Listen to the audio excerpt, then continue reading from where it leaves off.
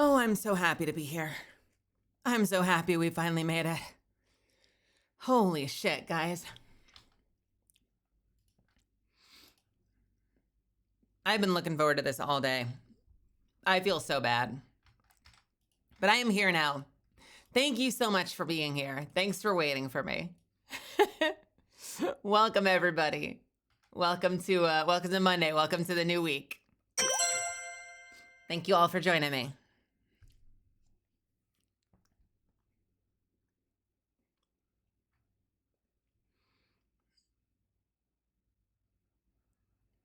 Hmm.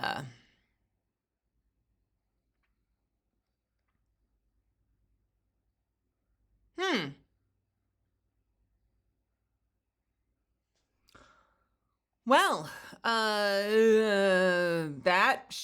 I told my friend to not play Russian roulette, but it went in one ear and out the other. Thank God. All right, I was wondering where the TTS was for that. I've heard rumors that people are worried about the future of Stream Element. So I was like, is this it? Is it dead? Does all my shit not work anymore? But no, my alerts are popping up. My stuff is working for now. I guess we'll see. Oh.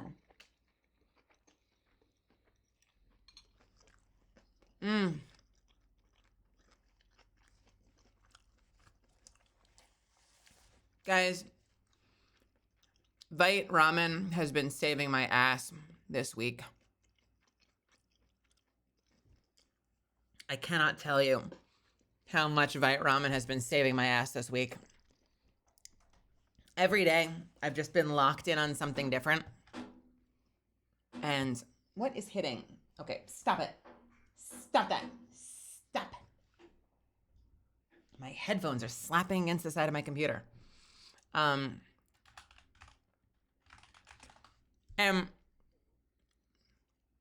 I've just been so locked in, I keep forgetting to eat, and then I keep not having anything available. And like, I want to eat good stuff. I don't want to eat crap. I want to eat the good stuff. I want to make sure I'm nourishing my body. So I'm so thrilled. I'm so thrilled I've had some Vite in the pantry. This is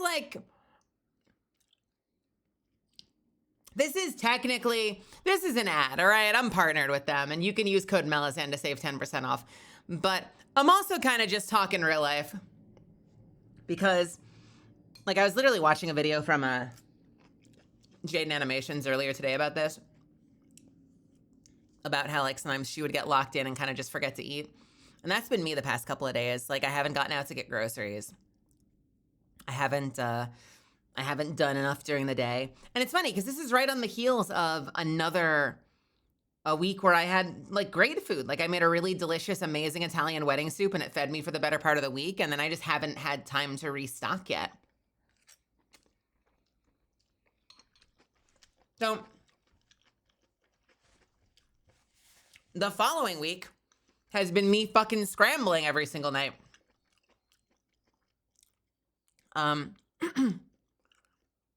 But thankfully, I've had some Vite in the pantry. And Vite Ramen is amazing. It's nutritionally complete, full of tons of vitamins and nutrients, a shitload of protein, a shitload of fiber. Between the noodles and the broth, it's a really good meal. And if you like ramen, like I do, and you know that a lot of like the instant ramens you can buy are crap, tasty crap, but crap nonetheless, it's been quite nice to have like a fairly quick ramen that I can make up. And I embellish it. I don't just like make the noodles and eat it with the broth. Like I've been doing the ramen hack lately where you kind of reduce it down with a little Kewpie mayo and like an egg yolk and some garlic. And I add a little bit of cornstarch to thicken the broth. So I've been kind of taking it a little fancy. But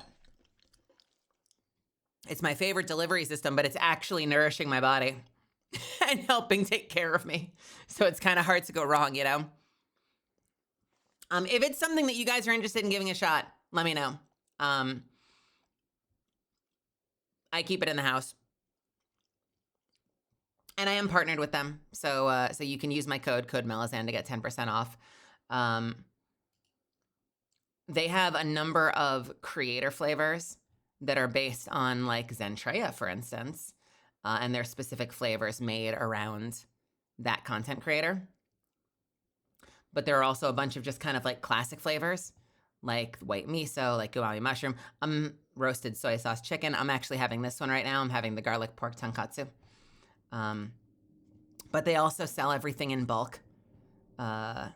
So if you want, you can get just like a shitload of naked nudes. You can get a shitload of the broth mix. You can get some of the oils that they put on top, and like you can kind of just make your own thing. I've always been a big fan of the noodles because the noodles are where a lot of the nutrients are. And so I'll just get the naked nudes, but then substitute that in with like a shin ramyun or a bulldog carbonara or something. You know, like it's kind of a way of like leveling up something that I already had in the pantry. I have been drinking my yogurt drinks lately. I just mix in blueberries and bananas with my yogurt. I haven't had a blender forever. I just forgot something actually. Let me grab something real quick.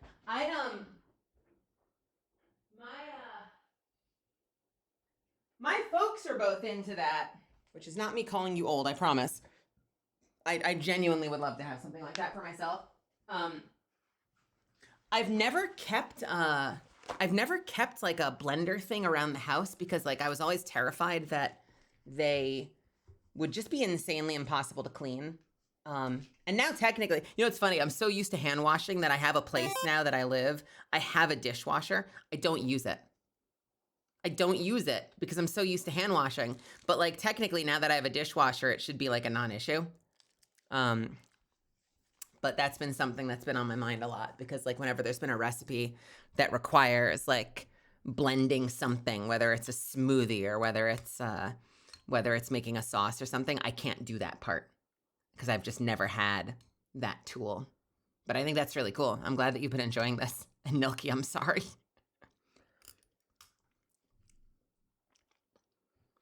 I just had a thought. How do ramen noodles taste in a red sauce? Hey, make it. There was a place I used to go in Texas. There was a restaurant I used to go to, this late night Japanese place, and they made carbonara with udon.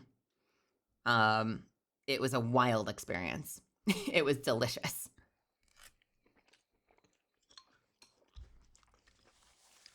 Anyway,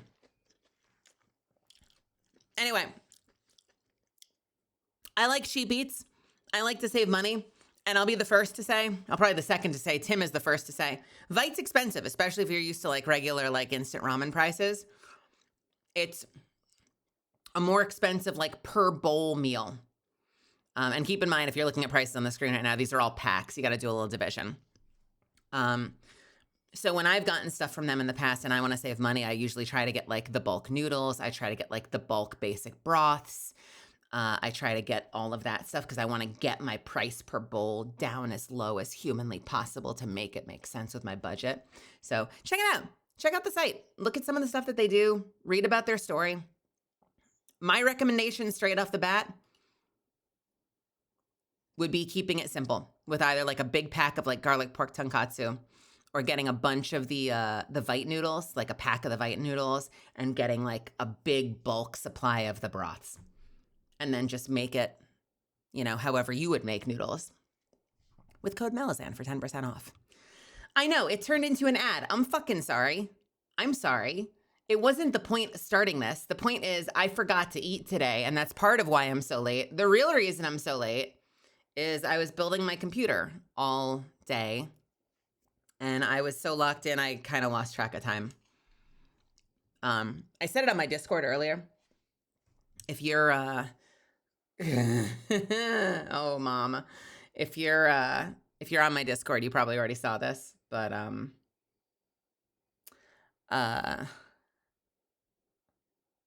sorry, I asked my mom a real quick question for tomorrow, and she sent back a very, very long answer.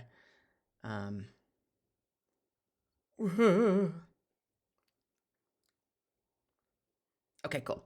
A lot of context required for that answer. We've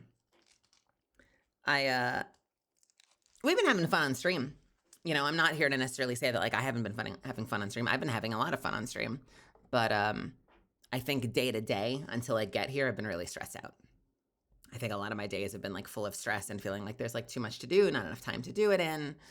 I've been spending a lot of time like bed rotting in the morning, like getting out of bed at like 2:30 in the afternoon.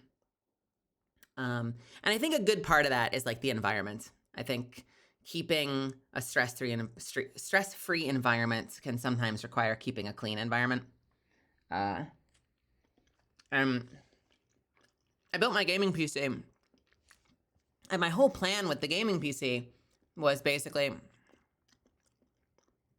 I was going to take my motherboard and my processor, the chip that's in it, and put that in a new box with a bunch of higher end gaming stuff and build a new gaming PC around it.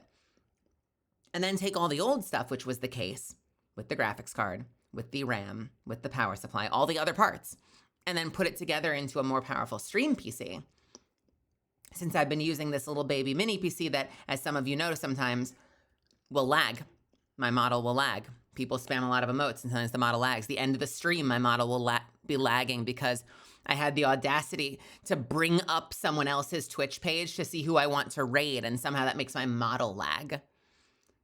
So I want to get the new stream PC going.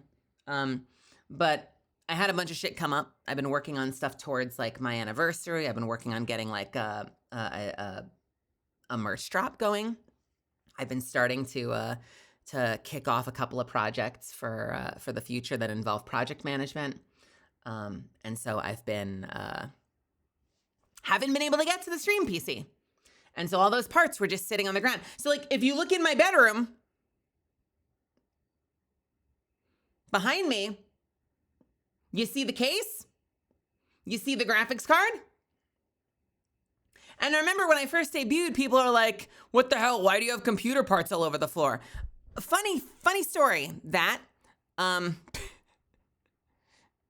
it turns out, I have computer parts all over my floor in real life too. So life imitates art, imitates life, imitates art.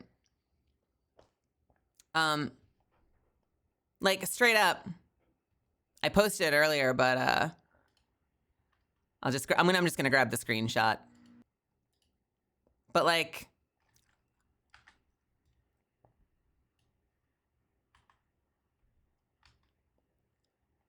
oh come on, where is it? Come on, come on. Oh, it's because I'm not logged in. What the fuck? No, don't make me click on cars. I'm not a robot. I'm a vampire. You assholes. You know, this is what my bedroom looks like right now. Sorry for the no like rug on the floor, but so like art straight up imitating life, imitating art, imitating life, imitating art, imitating life. Like this is my bedroom floor, or was before the start of the day.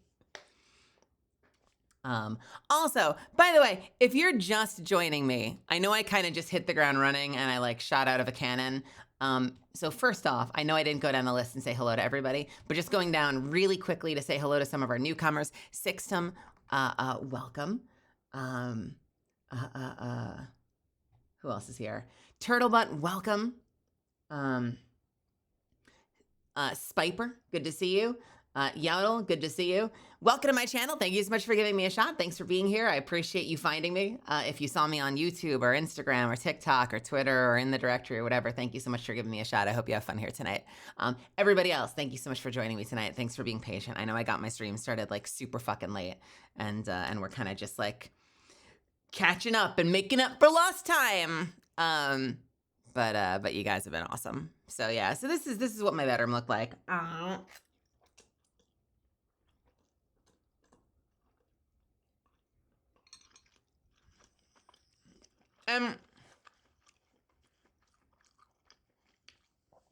If I'm being honest, that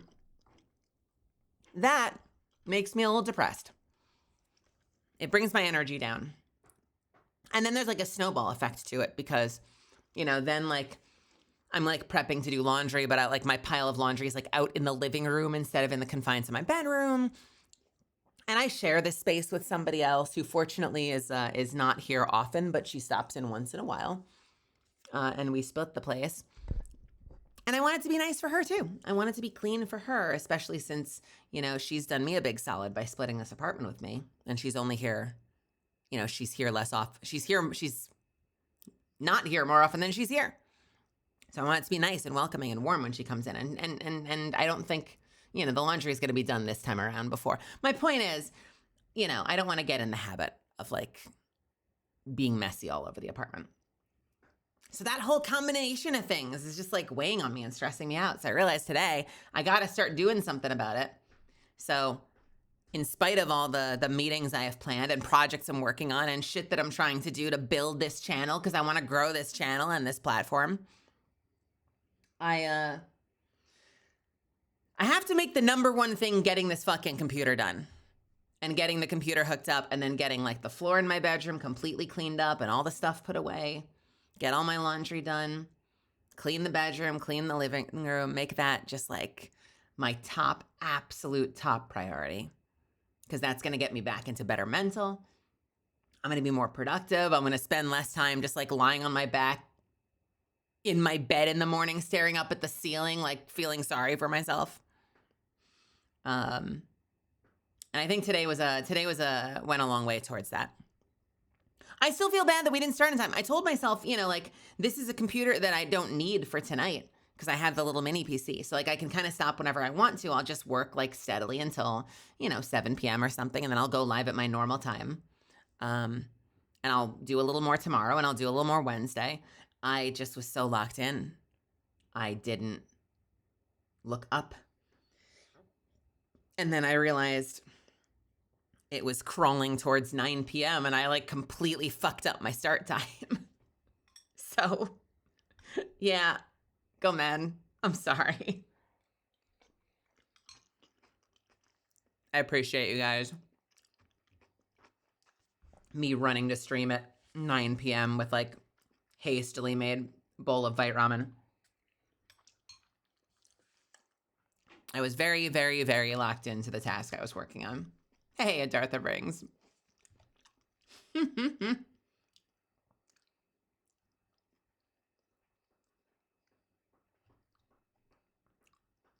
Also, fun fact, Sibo brings up the D&D campaign. How many of you guys actually turned up to the D&D campaign? I shouldn't be asking this. This is something that's going to make me sad. I felt really bad. I'd been telling you guys all week, I'll be playing D&D on Saturday with Aya Amare. And at the last minute, I realized no one else was going to stream it. Except Aya. And my assumption, based on the other one shot I had done, because when I had done the other one shot, like we all had an interface that we could all use. So you could kind of tune into whoever's POV you wanted. But that's not how this one ran. So initially she said that I could go live. And then I was like, yeah, but if I'm the only one and I have like no setup for it and it's like in an hour, I would rather just not. But then, it worried me that might mean that a lot of you guys weren't able to keep up with it. Like, obviously, I tell you all to get in the Discord because that's where all the updates are. And I was letting you know in Discord what was going on. But if you didn't happen to catch it, it was very fun. It was a really cool one-shot. I played a character I've talked about here before. The my bard named Mai, who initially is just kind of doe-eyed, bright-eyed, bushy tail. She's just trying to do right by her team, and she doesn't always understand social cues. But because it was a one-shot, I wanted to give her like an extra quirk that I could lean on. Because for a one-shot, like you have to like turn the spice level up a little bit to make a character like really stand out, because you're not going to have like the whole campaign to develop them.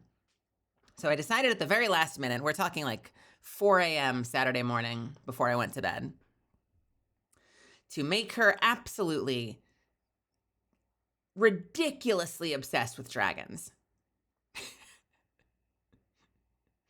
Like just unreasonably obsessed with dragons. Hey, what's happening, Iron God, handsome one? And so I started looking online, and I did like what, a normal person would do, which is like I immediately Googled like, where can I find lots of dragon facts? And thank God I found a Reddit thread of someone else doing something similar from like a few years ago. They're like, I want a character that's super obsessed with dragons. Where can I find dragon facts? I'm like, thank God. And I was hoping it wasn't going to be one of those like, what did you see, Denver Coder 1993 situations.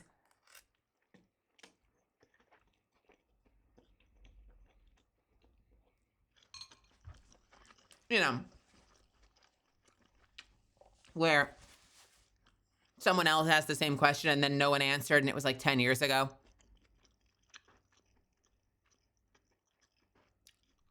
But one of the top rated comments was someone saying, check out this book called The Draconomicon.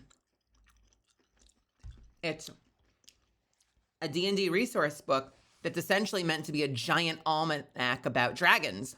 And it has an insane amount of information in it. So I went and I got the PDF of The Draconomicon. And that morning I started writing. And I showed up to the campaign with a list of 10 long-winded, hyper-specific dragon facts. And what ended up happening, and what my plan was from the start, was I would find the precise moments to weave them into conversation as like a segue. And I did. I went through like 8 of them or so, or maybe it's a list of 8. And then, I started frantically looking for more whenever I had an extra second in the campaign, because I wanted to keep the thing going. If it were a long-term campaign, I probably wouldn't have front-loaded all of them in the first session. But because it's a one-off, you just have to go with it, The funny byproduct of that is that there are probably a bunch of people watching that campaign, watching that one-shot, that think, oh, Mel's just obsessed with dragons. I didn't know any of that shit before Saturday. I did my research as an actor. I came so hyper prepared to play the character of Mai. I was studying up until the minute the campaign started so that I could do a good job of playing this character. And it was seeing people in the comments say things like, and this wasn't necessarily my goal, but to see people in the comments saying things like, like, this extreme level of dragon autism is sending me, was like exactly the response I wanted from chat. And from my party, and like from the overall situation, I got exactly the response that I wanted. Chat loved it every single time I saw a positive reaction in chat. And by the end of the one shot, anytime I would open my mouth and say, by the way, did you know, the whole party would scream no, including the DM. That was also exactly the outcome that I wanted from playing that character. So I was very, very, very satisfied. I'm just here for the food, nerd. I don't think I intended to kind of homage this, but like looking back, it reminded me a little bit of there was this one Dimension 20 campaign that Brennan ran. If you guys know, like Dropout, Brennan Lee Mulligan, Dimension 20. And Hank Green was on it. And he did a similar thing, but not with like the same level of like enthusiastic obsession. But he had a character like at every interval, he had some weird obscure fact to drop. And so I was thinking about that last night. And I was like, you know what? It kind of reminded me of that a little bit. Bird and bone facts. Yeah, it was very much a similar thing. Snowman Wizard, thank you so much for the 2 months. Thanks for the 2 months. I appreciate you. Take a big bite real quick. One sec. I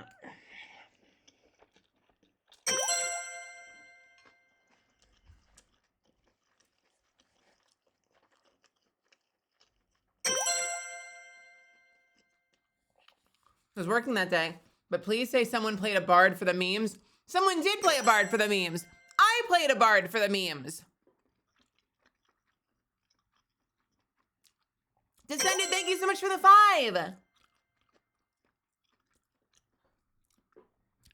It's kind of funny. The original Mai, from like the first campaign that I did, and I have a terrible history with D&D campaigns. So like I have a bunch of characters I've been dying to play, but they just never got off the ground. So like the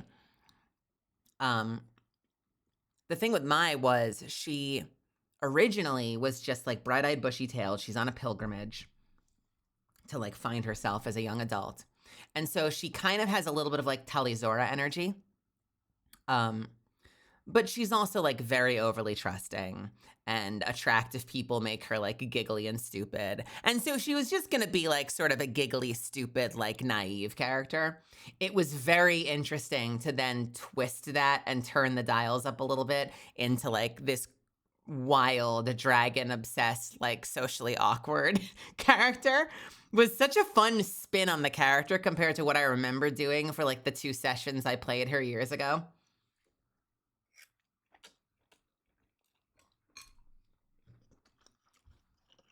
I'll give you a little bit of backstory on Mai, actually. So, Mai was the second D&D character I played, again, literally for like 2 weeks, with a group of friends I used to play with a lot. Thank you. And in the first, also, Epic, thank you so much for stopping in. Welcome. Thanks for giving my channel a shot. I appreciate you being here. I've arrived from the doom scroll. Is awesome. I hope I can make your day a little brighter. And so in our first campaign with this old group of friends, I played an archer. Go figure. Fighter archer. It's like the only thing I ever play. It's what I started out playing in Baldur's Gate before I decided to do rapier. And it was a dude. And this dude basically is this fighter archer, this dude named Savrin. And he was just like this, like, I tried to be like this edgy boy, like D&D character. And hey, welcome Raiders. Welcome Adrena. Thank you so much for raiding. Thanks for sharing your community with me. I hope you had a good time tonight in Uma Musume, playing the Hunts game. So this was years ago. I wasn't even acting at the time. And I played this character, this edgy boy named Savrin. And he was very combative. He didn't want to do anything the party wanted to do. Everything sounded like a dumb idea. I would openly get into conflict and arguments with the other party members. And his saving grace was I kind of gave him this, like, you know, he's like the scoundrel with the heart of gold. So the thing that kept him with the party, because like logic would then determine like, well, why wouldn't you just leave? Is he has a guilty complex and a bit of like an ego. So, he would kind of do that thing where he's like, ugh, you guys would be dead without me. And he'll come like running back in to help everybody. And it was like, I played that same melody. Like we played that movie over and over and over again of like Savrin's like, this is bullshit, I'm out of here. And then turns around and is like, ugh, you guys need me. He finally shows up to help. And then he's like, well, you guys would have been dead without me. Like it's that kind of shtick,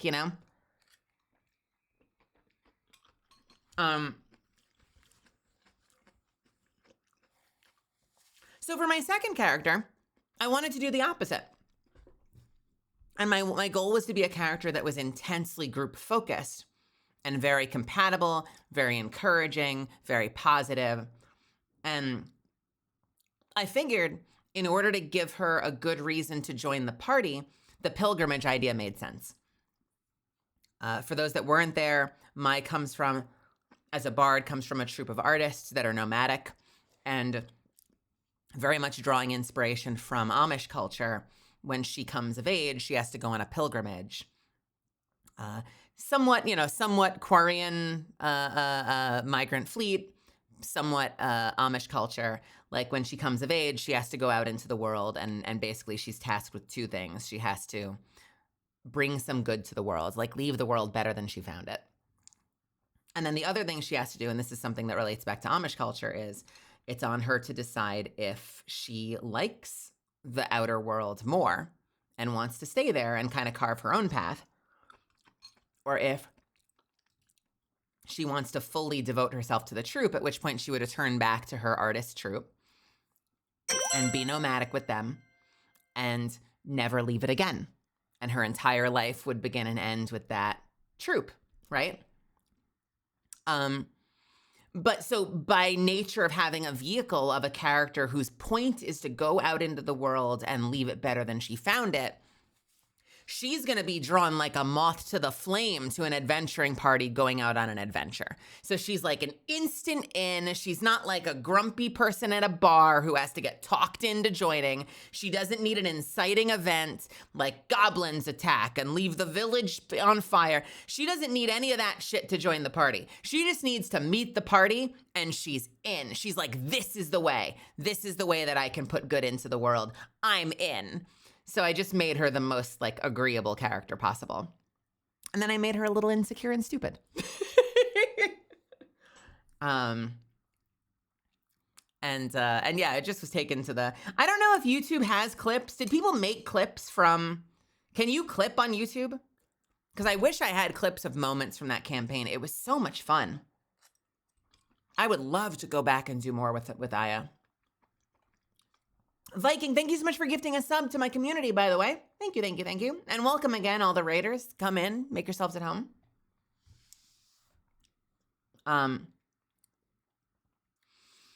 Anyway, cut to this Sunday. I went to the Renaissance Fair with some friends. And I decided to bring Mai to the Renaissance Fair. And I've been recording a couple of videos and posting to Twitter just to kind of relive the fun moments with Mai.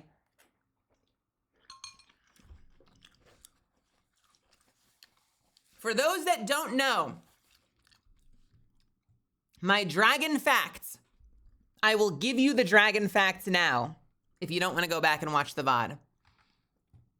This was the list I came in the door with, okay? These are my list. These are all from the Dragonomicon. They were, did you know dragons actually have 4 eyelids? The outer one is leathery and it's super tough and protects them from harm, but the innermost one is what's really exciting. It's crystal clear and stays closed most of the time because the dragon can see through it. So their eyes stay protected when they fly, when they fight, when they swim, or when they burrow. And then the two eyelids in between, the leathery outer eyelid and the clear inner eyelid, work the way that our eyelids do, and they make the eyelids moist and they keep them lubricated. That was my first fact. Goodbye, Golierb.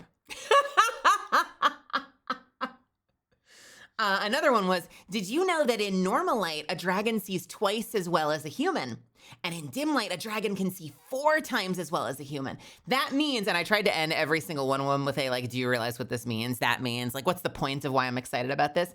That means that there could be a dragon watching us right now and we'd never even know it. And then I had, some dragons can burrow underground using their head and front claws to dig away the soil, and they wiggle their bodies so fast they can keep up with a human walking on sturdy ground. Do you realize what this means? There could be dragons underneath us right now. And then I apparently only wrote down 5 dragon facts. I thought I had like 8, but I came up with like another 3 or 4 before the end of the campaign. When dragons fight, it's almost never over territory. Think about it. They're the apex predator. Why would they challenge one of the only things that can hurt them when they can go claim any other land that they want? But what dragons do love is treasure. And what better place to find spoils than another dragon's lair? So if you think about it, dragons are kind of like pirates. And finally, the one that was the most notorious from the campaign. The most notorious fact I found, and I read it word for word. The first sentence is word for word from the Draconomicon book. And it became the, like, this was like my Vaporeon joke for the campaign, was, did you know that dragons are notoriously virile and they're able to crossbreed with virtually any creature? But they're also super deadbeat about it. You see, a dragon almost always either abandons its half-dragon offspring or leaves it in the care of a non-dragon parent. So any aspiring dragon wives out there, yeah, this is the fun part. Any aspiring dragon wives out there, get ready to be okay with single parenthood.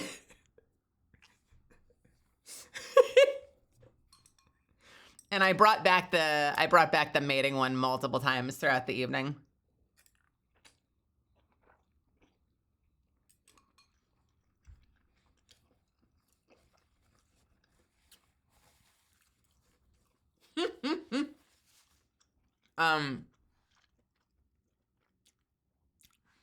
I brought it back as many times as humanly possible. So like at one point we landed on these mushrooms and we got really stupid. Like our intelligence score was like tanked down to 1 by the time we got out of the hallway for a little bit. And so we used it as an opportunity to like reset. So, you know, I turned to one of my party members like I'm seeing them for the first time. And I'm like, wait a minute, I remember you from town, even though we've been hanging out and adventuring this entire time. And I'm like, you know, I remember you from town. Do you like dragons? Did you know that dragons are notoriously virile? Hit it a second time. I hit it once more before the end of the campaign. It was great. It was so much fun. What's been really funny is that, you know, not everyone saw this campaign, right? So I've been posting these videos to Twitter and yeah, magical pancake. No, stay away. I've been posting these videos to Twitter and people are responding that don't know what it's from. So they don't know who Mai is. They don't know that it's a reference to Dungeons and Dragons. So some of the responses I'm getting on Twitter are people being like, Mel, are you okay? Mel is really obsessed with dragons. And then some people are tying it to like the only character they know me for. So like 1 or 2 people are in the comments going like, this is Catalyst on a day off. And I'm like, all right, first of all, that doesn't even sound like Catalyst. Despite, I mean, other than being my voice, obviously we both share the same, you know, it's the same voice. But I'm like, that is not Catalyst's voice. And 2, what made you think this was Catalyst? From Apex Legends? What? What is this headcanon? It's been very funny to see the comments that are like very, like, you very clearly have no idea what this is a reference to. But I'll show you 2 other cool things that I'm very proud of. Check it out. This is very cool. So I shared this, I shared this on Discord. But, so this was the original character design. We wanted to come up with like a portrait. And so basically I just did it on Picrew. I was very careful to look through, if you guys don't know what Picrew is just like it's a website that has a bunch of art templates that let you kind of create like a custom profile pic. And they're listed by license. So I picked one that was commercial friendly because it was going to be a monetized stream. So this is what I came up with. This is my taking advantage of one of my favorite tropes in all of anime. One of my favorite tropes in all of anime, which is the character that's like kind of a dummy, but she's got the angry eyebrows because she's trying so hard. She's working so hard to rub those 2 brain cells together that she has the angry eyebrows. That is like one of my favorite tropes in all of anime. She's trying so hard. She's got no irises because she's just no thoughts, head empty. She's got a big bandage on her cheek, probably from falling on her face at some point because she didn't realize there were stairs. She's just doing her best. She's trying so hard right now, guys.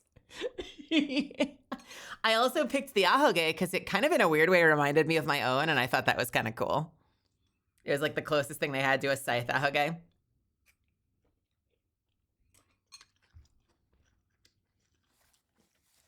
And then even cooler, okay, this is like the Niji Sanji, like fan base effect that is just magic to me. The fan base specifically. Like, or maybe it's just D&D game fans, because like I know they do this for Critical Role too.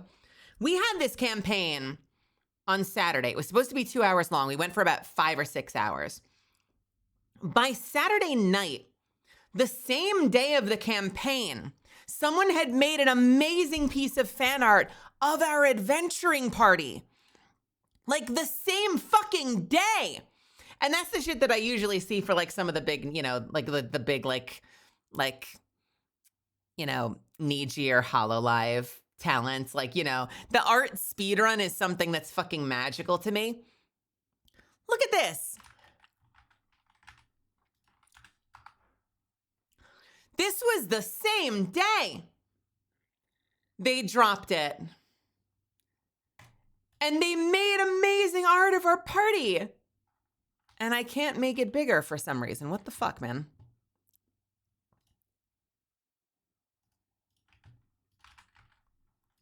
And you can see me in it, and you can see I'm talking about dragons. I'm in the middle of a monologue about dragons in the art. I'm so happy that they locked in on that. And there's Sunny Splosion's character who is constantly sobbing and worried and terrified. And the other two, Shiny, who was like incredibly confident. And like Shiny was the one that was the most likely to be like, fuck this, I'm going in, and just like not search for traps, not bother checking the door, just be fuck it, we go, and would just charge through the door. So he's a gnome. He's the same height as her, but this is him like 10 yards ahead of us because he's decided, fuck it, we're going in. Yeah, he's Leroy Jenkins. And then there's our other party member. God, was that a Shkariel or was that Riser? I think that might be Riser's character, who was very uncertain and spent the whole one shot was like, literally the opposite. The opposite. So if Shiny's was like, fuck it, like we're just going in.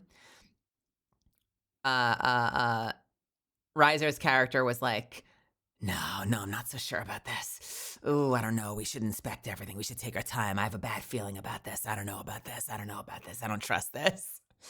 So of course he's the one that I've locked down with my dragon monologue. And also, look how cute I am. They nailed it. I think I even mentioned during my initial breakdown, like the one moment she's got the dragontism. The one moment I explained my character, I mentioned that she has her hair is tied up, but like very messily. And I love all the strays that they put on her hair. Like it's exactly what it should be. It's everything it should be. And you can see us up there. So you can see Riser and Ashkariel and Sunny and myself. Why am I the smallest one? That's what I want to know. Why am I the tiny one? Who decided this is my brand? My portrait is so much smaller than everybody else's. It's so cute though. I love what they did with it. And they have the strays here too, because I spent a good part of the campaign. You guys know my mussy look. So they actually drew like my mussy hair in the little face they drew, which I thought was really cute.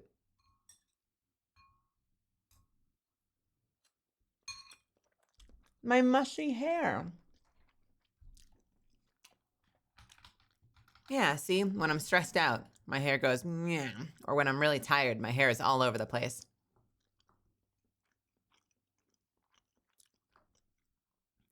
This is how I'm feeling tonight for real.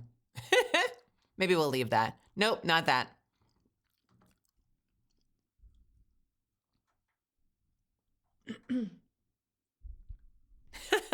What else did we have? I dropped a couple other before the night was through. I mentioned how dragons' hordes are seen as status. And how it's also used in like attracting higher value mates. And I think one of the most unexpected ones was when we found it. So the whole campaign was us looking for a lost pet. We finally find the lost pet, and it's a cat. It's modeled after, is it Balthazar Ayamare's actual IRL cat? And so we finally find it. We're like, oh, it's a cat. So a cat is the animal that we have to bring back for the quest. And I blindsided them with a, by the way, and I think the fact was like, Did you know that the musculature of a dragon actually greatly resembles that of a cat? I had something for fucking everything. I was flying through that book, that Draconomicon book, so fast to find facts that were even loosely related to anything we were talking about. Oh, it was so much fun. It was so much fun, dude. I think at the time in the campaign, I said it was like a dowry, which is not entirely true, because traditionally a dowry is something there'll be like a great payment made, usually to the family of the bride, as a way of securing a marriage. But it wasn't less about the payment. It was more about just it was kind of like measuring dicks, basically. Like a dragon with a bigger horde tends to get higher quality, more desirable dragon mates.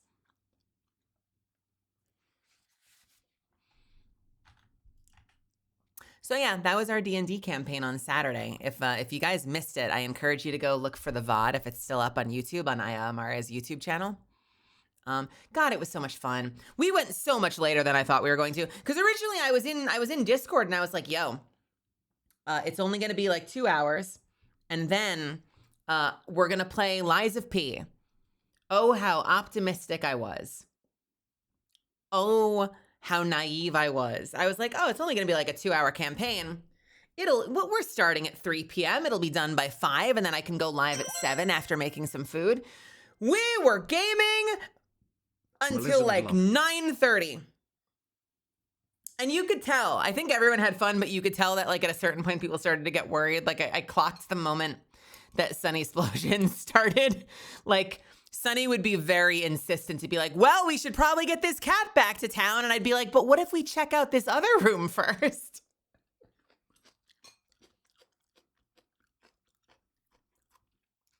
We started at like 3:30. So we went for like 6 hours out of the expected 9. I know, one shot going for the expected amount of time, challenge impossible.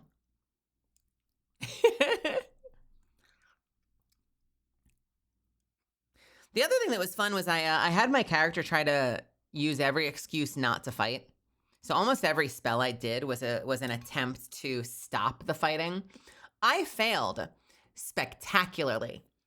But if you look back at the fight, basically everything I did was to get us out of the fight without having to kill the thing we were fighting. I just never managed to succeed.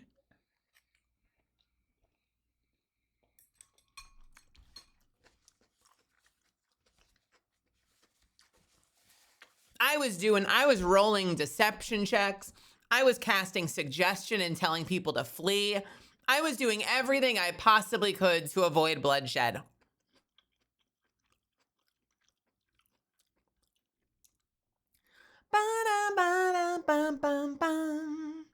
Spotted, thank you so much for the 23 months. Thank you for subbing. Thanks for supporting me. Whoa. Whoa.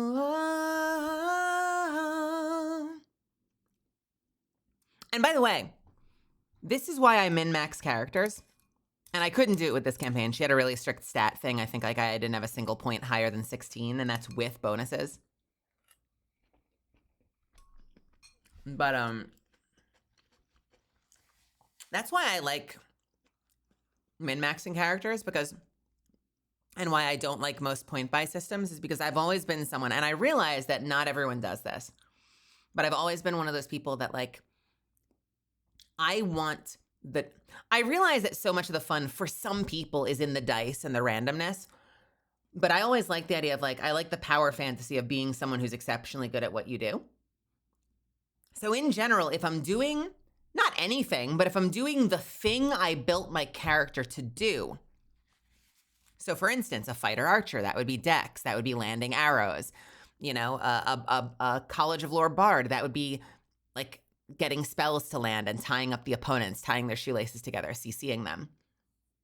I want that one thing that I've built my character to do to be something I'm very good at. So more often than not, I'm almost always going to, or not always, but like I'm regularly going to race my rolls. Let's try that whole sentence again. I'm generally going to ace my rolls at the thing I'm good at. And then I will find opportunities to play in a more balanced way. And so as, say, the fighter who can land every arrow and has a ton of attacks. And so, like, you're never at risk of being in a situation where, like, oh, because you didn't choose to fight, you didn't choose to min-max firing arrows, like someone in our party died. I'm like, no, when I'm ready, like when I need to land an arrow, I'm going to land an arrow. So then that gives me the freedom to do things like, like we're having fun in a fight and I can like hold my action and be like, instead of firing an arrow at the lizard man, Savern decides to wait and watch and see what Finn does. Like he calls across the battlefield like, hey, Finn, you got this, right? And doesn't help Finn and makes amusement out of watching Finn struggle with the lizard man. Because I know I can help. I know I've got action surge. I know that nearly every arrow is going to land. But the moment you're playing a game when like your stats are just low enough or the game is balanced just high enough that like then someone dies and it's because you decided to try to untie the captive on one of your rounds instead of min-maxing damage or healing at every possible turn. We're in a fight. We have to save someone. I'm going to spend my round trying to untie them while everyone else fights. Congratulations, one of your party members just died. Like if it's that close, that kills me. And so I like knowing that I can get the stuff done I need to get done because then I can have more fun. So just for the same reason that like I had a heal button, but I didn't need to like desperately help the fight from like a damage perspective in the one shot. Like I got to use my turns to like, let me try to like suggest one of them flee, try to reason with them, try to like be like the mediating force in the group because it was very clear to me in this one shot that like we weren't in danger, And you can do that with like a point buy character. You can do that with a low stat character too, but maybe this is like my own personal brand of D&D trauma. I've been in enough like not great balanced fights where like I've been in those campaigns where you have to min-max every moment or you're fucked. And it kind of takes a lot of the character's like determination out of the game at that point. Like you can't really play your character because it's so critical that you get this thing dead that you're fighting or whatever. And I'm not saying that like the only way to play your character is to be like, ha ha ha, I'm not gonna help my party, snark snark. But it's less about that, and it's more about like having the freedom to make tactical choices on a battle that aren't just like a DPS check is what I'm trying to say. And I find it's easier to do that when you know that you don't have to worry about sucking at playing your character. And we had one of our party members, I think Riser's character, failed like every major check he did. Tried to climb something, fell. Tried to fight someone, failed. Tried to jump over some mushrooms, landed in the mushrooms. And that can be really fun for comedy if you've got the right mindset for it. But as a player, that can also be super frustrating if you don't come in with the right headspace.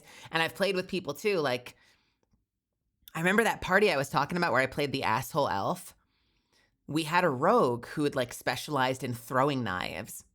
Kind of like the stuff that the Vax does in Vox Machina. The show anyway. I can't speak for the campaign.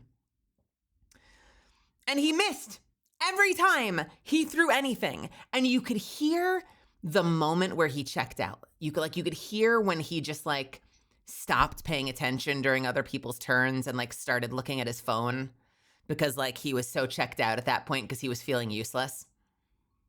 I don't know. I'm not saying that there's a hard rule because I also know players that love rolling like understated characters because like trying to play like a supreme underdog is really interesting to them. So like there's not one fast rule, but there are definitely like different preferences, Eric,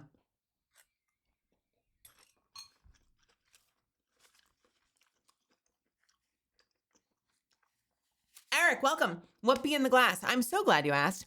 It's obviously Gamer Sups. Fifi's Dirty Little Secret energy blend.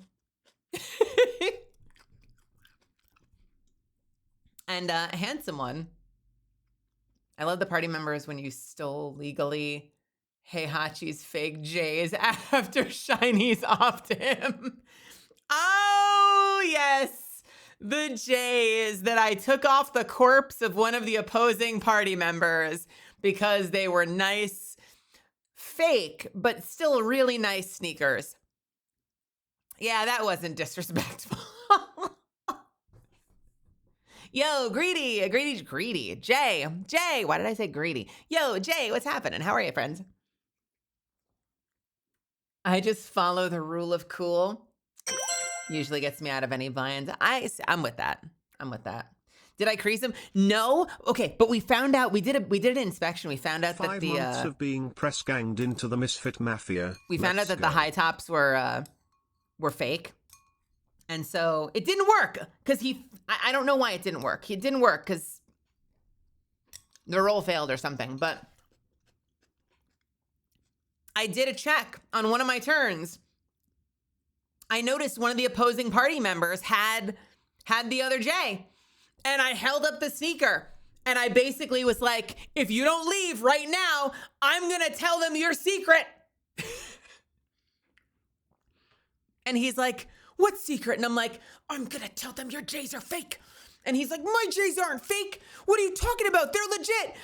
And then he fought harder. No, now I remember. We found out afterwards. I don't remember how we found out, but apparently he didn't realize they were fake. Like he was the one that had gotten scammed.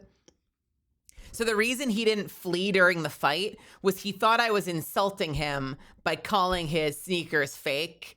They were fake. He didn't know that. So he got defensive because I like dared to call his sneakers fake. I thought that was also great.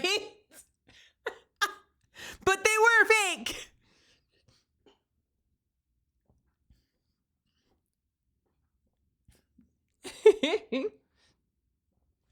As a DM, what I do is I let my players choose their stats and I trust them to make it a balanced member. Excel in what they want, but make sure that you still have weak points. I like that. I like that a lot. And that's what I would usually do. Like my fighter usually has a dex of 18 if I can help it. I think my original bard had a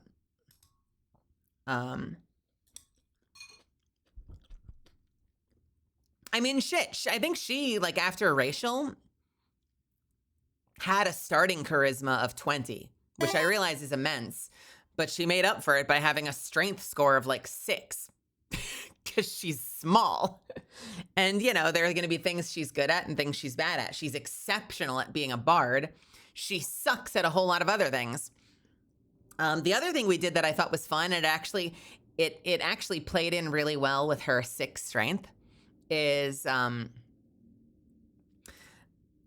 worked it out with my DM that instead of being a musician, so this is the original Mai, not the one from the I wanted to sing, so I changed her to be a singer and a horn player.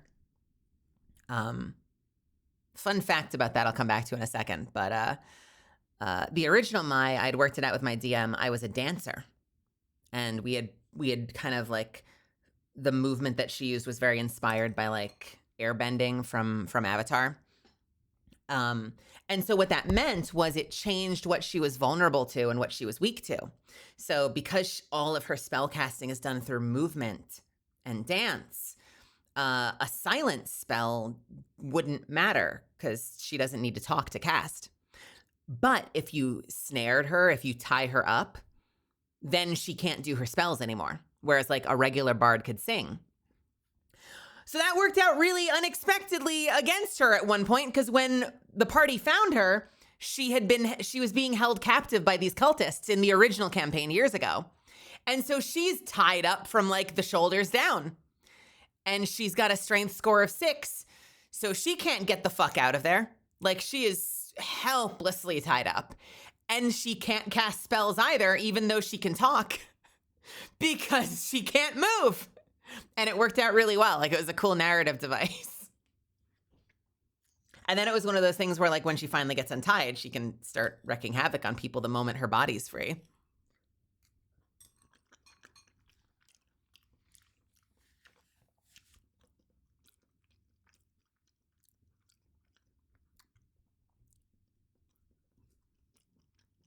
Hey, welcome, Arcade Hunter. I've just arrived after seeing some clips on YouTube and Instagram, and I was like, yeah, I gotta arrive to stream. Arcade Hunter, what the hell? Thank you so much. I appreciate you coming by and giving me a shot. I hope you have fun tonight. We're having kind of a bit of a strange stream tonight. I started super late. We've mostly just been yapping. We're gonna play a little Final Fantasy for like an hour, a couple hours, but we've been taking it really easy tonight. But I really appreciate you stopping in.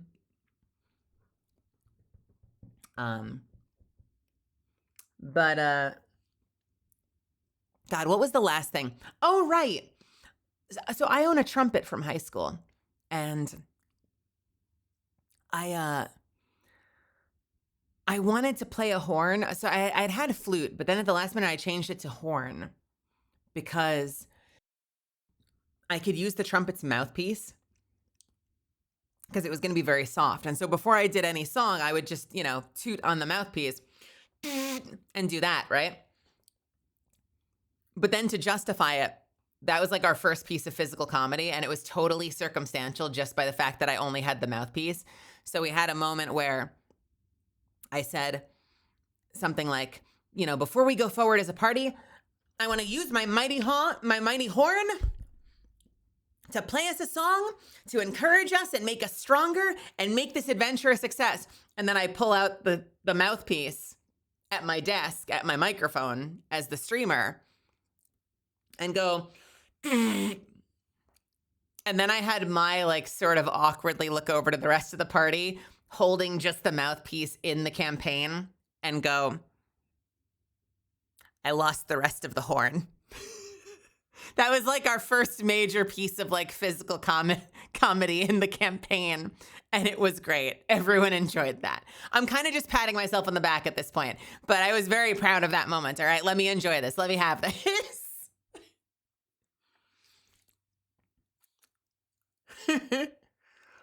Oh, it's the bounty hunter chick who sounds like a valley girl. Wait, what?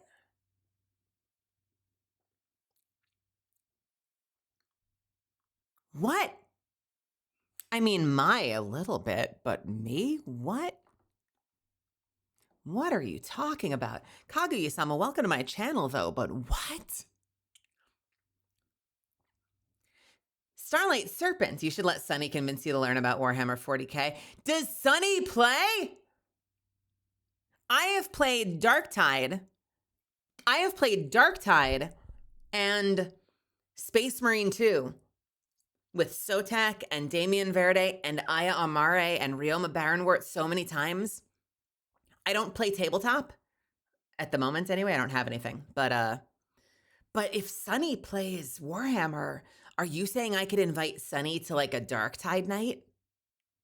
Or a Space Marine 2 night? Would she be down for that, you think?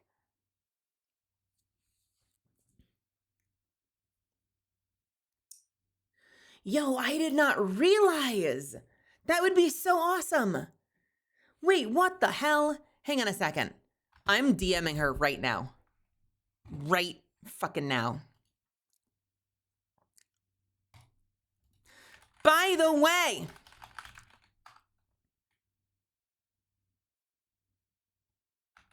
my chat says you're into 40k. Is this true? Would you? My message could not be delivered because she hasn't accepted my friend request yet. Okay, fine. I'll wait and see if she accepts my friend request. Touches fingertips together. But once she does, oh boy, I'm gonna say those things. I'm gonna say those things so good.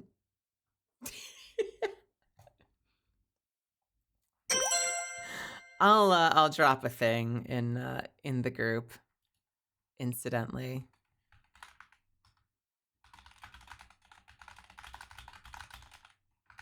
We'll see if she answers. I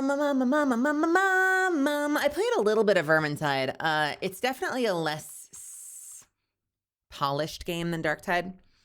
I know that's Sotek's favorite. Go-to is usually Vermintide, so I played Vermintide with Sotek a couple of times. I would go back to it. I enjoy it. I basically only play Carillion.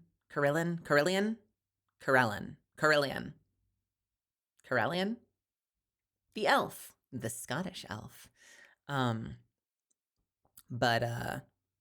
But I did enjoy it. I liked it. It's a little simple by comparison. Like the combat feels a little less exciting than Darktide, but it is fun. And I do like that it's in the Warhammer, like the OG Warhammer universe is really cool. I've been good, Jay. Also, monologue. Frog, welcome. What do you got? What's your monologue? Perform! I want to hear it. If it's not inappropriate and doesn't get me banned from Twitch, I will do a dramatic reading. Also, Shalakard, welcome to my channel. How's it going? Your real intro popped up on my Twitch while I was scrolling. Wait, what the fuck? Wait, what do you mean my real intro popped up on your Twitch? How does that happen? Am I getting recommended on Twitch to people?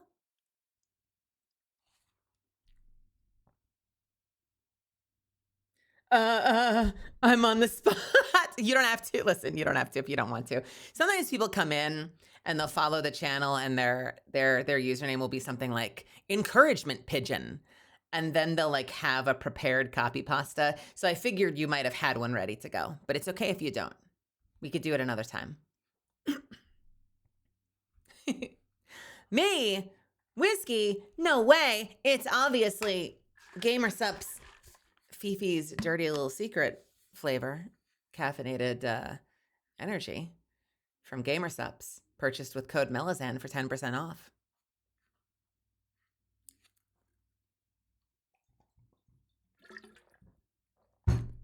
Don't tell Big Soda I said this, but it tastes like cherry Coke to me. Fifi's flavor just tastes like cherry Coke to my brain. I've been told I'm weird, but what if you have taste buds like me? What if?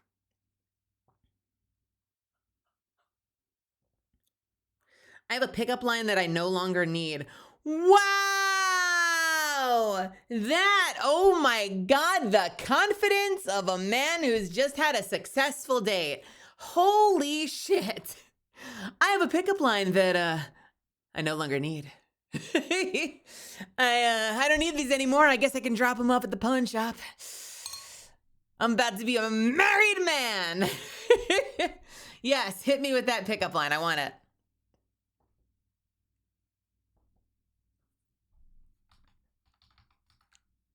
More than I ever did, I'll hand myself over for you.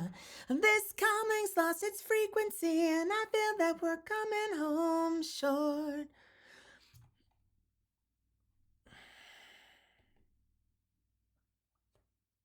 Come on, hit me. I want it right now.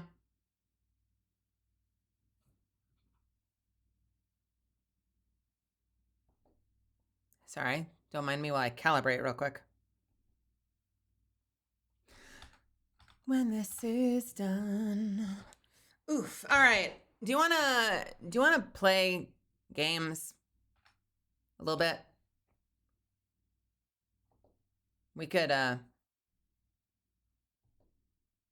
play video games. I'd be cool with it.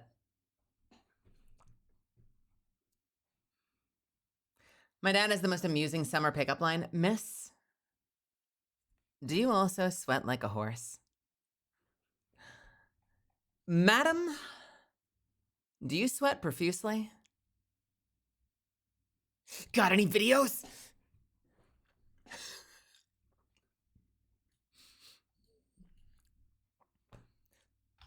I can't, by the way, if you're new to this channel, I can't calibrate this thing to save my life. I have a button and everything.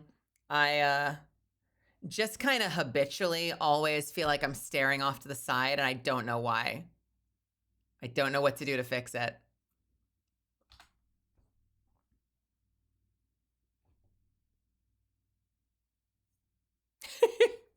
I desperately want to be able to look you like this, right in the eyes, just right in those peepers, so that it looks like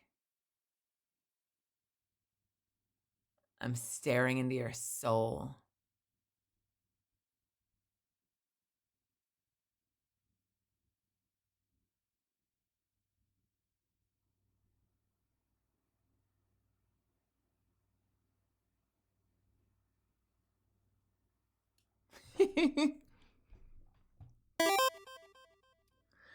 Everyone's leaving to go to MomoCon this week, and yet I remain. Hey, you know who else remains?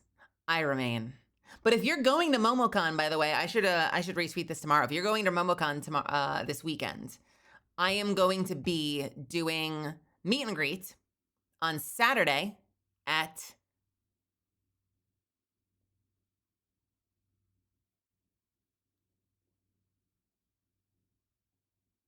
4 p.m. Eastern Time. And if you are there on Friday, I have a stage event. It's going to be hanging out. They told me way too late that it was set up for panels. I do not have a panel. But at 3:30 p.m., 3:30 Eastern, on Friday, 3:30 Eastern at MomoCon in, Atlanta, I am going to be on stage in the VTuber area, digitally. Me and Yura are going to be hanging out for an hour for anyone that wants to hang out with us.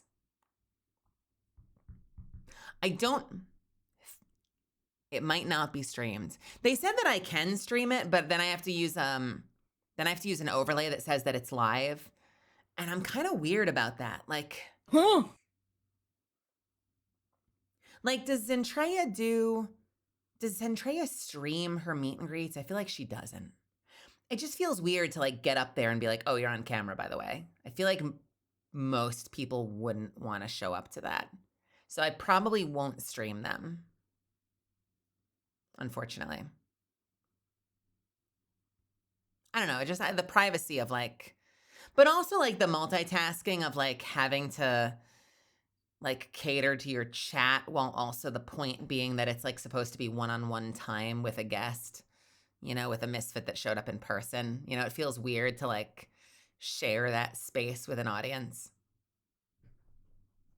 So, yeah. MomoCon is a big anime and gaming convention in Atlanta. And actually, our dear friend Rail, who is one of our main mods here, Rail has been working it for years. So if you've been missing Rail in chat, it's because he's been working hard on making MomoCon happen. I've wanted to go forever. I've never gotten to go. I would love to get out there at some point. I want to do more in-person conventions. I'm working really hard to try and get my ass into conventions in person. Oh, here it is.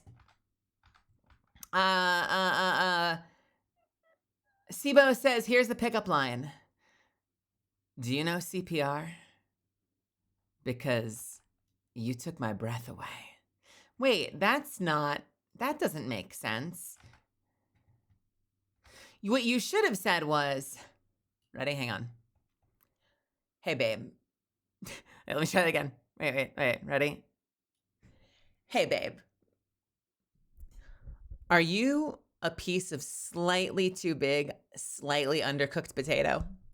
Because you clogged up my windpipe. Oh, wait, no, you took my breath away.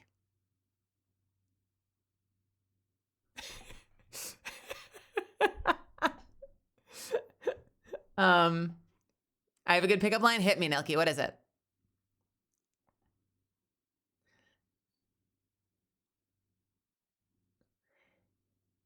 If you have to, Melly, I need more reasons to go back out to cons. Yes. Could I potentially interest you in poking you for some marathon this week if you're free? They're opening Cryo Archive 24/7 until June 2nd, starting Thursday, so me and Sasha can get you in there. I would possibly be willing to do that. I do still have it installed. Got to think about it and look at the rest of the week. Nilky hitting me with the classic Scout pickup line. So, this is the face I have to give this, right? This is the only expression that works for this. So, got a bucket of chicken. That's such a great, I like the askew mouth. That's very fun. Let me try that again, right? All right, here we go. So, I got a bucket of chicken.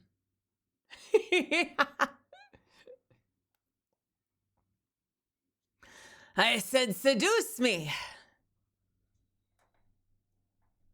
All right.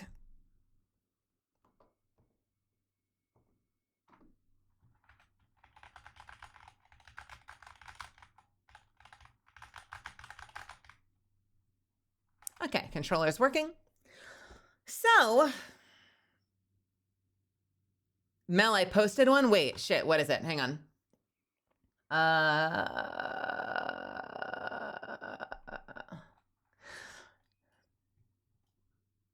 Hey, babe. Are you an angel from heaven? Wait, no, that's not how it goes. Are you an angel that fell from heaven? Because your face is really messed up. Sure. Why not? Why not? Fine. So, it's Final Fantasy time. We're only starting at practically 11 p.m. Wait, no, I know that one, Starlight. That is the best one. I love that one. I've heard that one before. The damn girl, you shit with that ass. That is a great fucking line. I love that line. Damn girl, you shit with that ass. So we're gonna play Final Fantasy for a tiny little bit. We'll see how far we get. My partner hits me with this weekly. I love that line.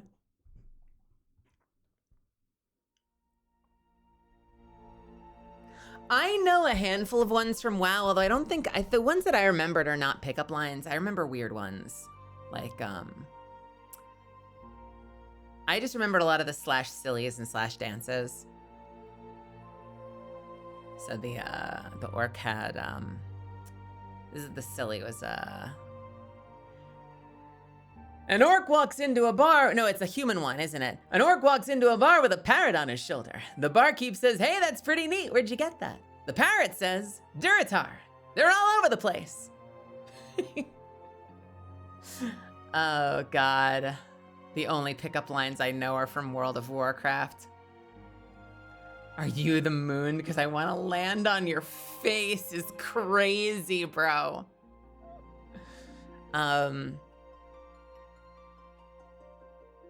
What else? Hold on, I'm gonna lose tracking for a second. I'm just wiping the camera on my phone. What else did we have? We had I remember one of the Night Elf sillies was based on the fact that like all Night Elves took their clothes off and danced on mailboxes because it was just kind of a thing that the fucking players did. So they added a silly where the Night Elf says something like, "Oh look, I'm dancing again. Hope your friends are enjoying the show." Are you Smeagol? Because I want to be your precious.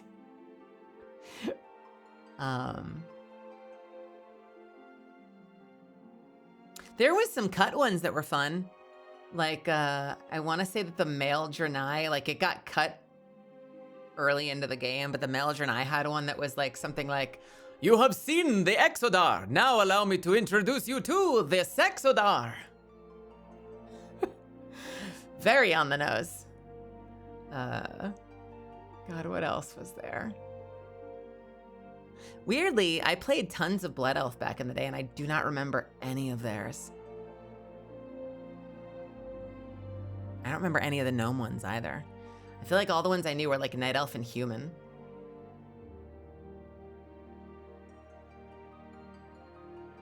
Didn't they have like the dumbest one for humans? Like I feel like one of the human jokes in World of Warcraft was literally just like, "I fart in the tub." And that was like the whole fucking joke. Sometimes I fart in the tub. Absolutely fucking gold star, like comedy genius right there.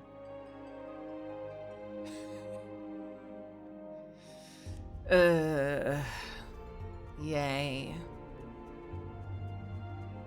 Something, I want to thrust Argus's sword into you. Babe, you can call me Argus because I wanna thrust my sword deep into your desert. That can't be right. No, that can't be right. Oh, I do remember that Warden. Warden had, is that a madworm in your pocket? Or are you just happy to see me? I remember that one. What else did they have?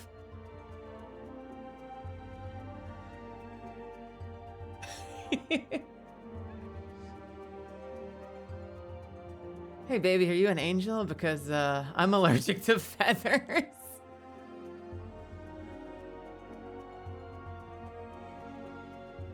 Nice. Nice, nice, nice. Good times, good times. We should go back and play World of Warcraft someday. Blood Elf Male, that's a great one. The thing I love most about you is your eyes, because when I look deep into them, I can see me. That's a great fucking line. Whoever wrote that one deserves a raise. That's an amazing anti-pickup line. That's awesome. That's some shit Kanye would put in a song. Worgen, don't worry, the fur is just something to hold on to, of course. Just like a female dwarf's beard.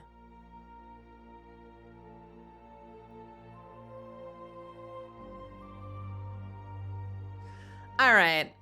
So, for those of you that don't know, I've been playing through Final Fantasy XIV because we had a very successful subathon and you guys are making me. It's been fun so far. I play a tiny, little, angry Lalafell.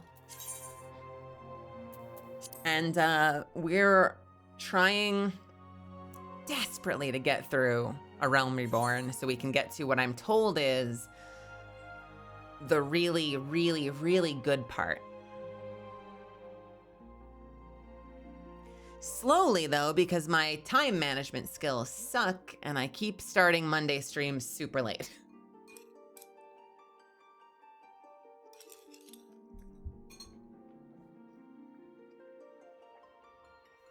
Mm-hmm.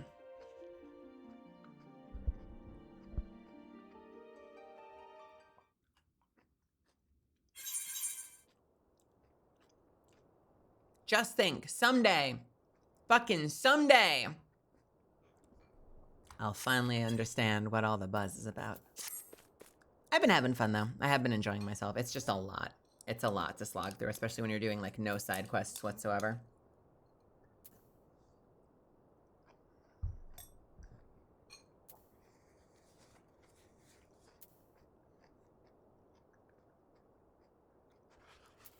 Garfield loves lasagna and hates Mondays. If they just made Monday lasagna night, Garfield would have been fine. All right. So when we left off, we put the band back together and decided we were about to put the band back together. We're going to put the band back together. And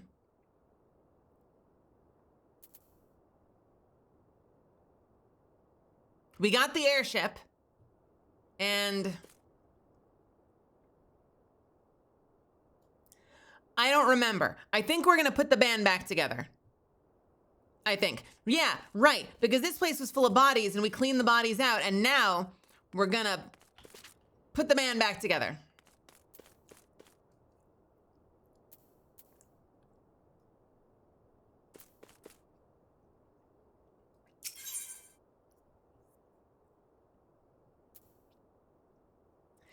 Casing the castrum.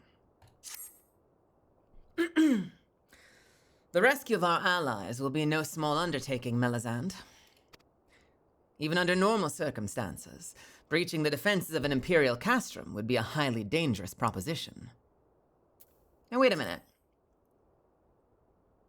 Are the other members of our party held hostage? Yes, that's what we found out. We found out that all the other members of this group they've been captured, right? I think that's what we're doing.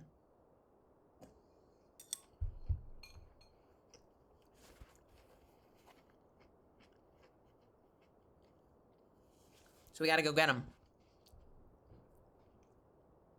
Say it, AJ. Under normal circumstances, breaching the defenses of an imperial castrum would be a highly dangerous proposition. But now that Castrum Sentry houses prisoners houses prisoners? Oh. Now that Castrum Sentry houses prisoners whom the Garleans deem valuable, we may be confident that they've taken additional measures to ensure the stronghold's security. If we are to free our friends, we will require an effective strategy. And if we are to formulate an effective strategy, we will require lots of ramen and intelligence. I believe I know a man who may be able to assist us in this. Lord Portlane of House Durandare.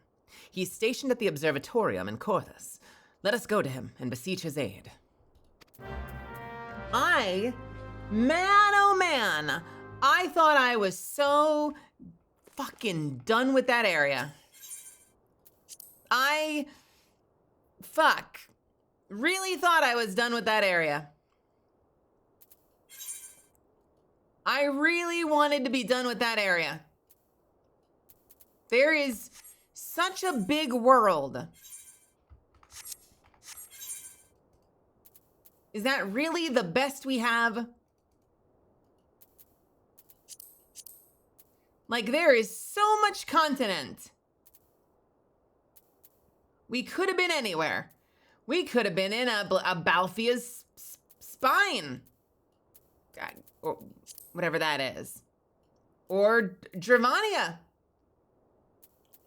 But we're still in the fucking snow area.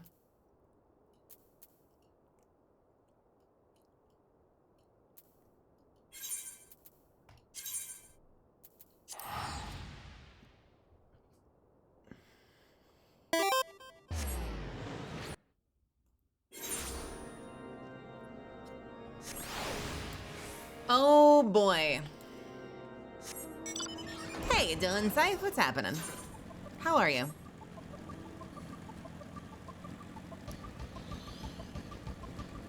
All right, let's get this over with.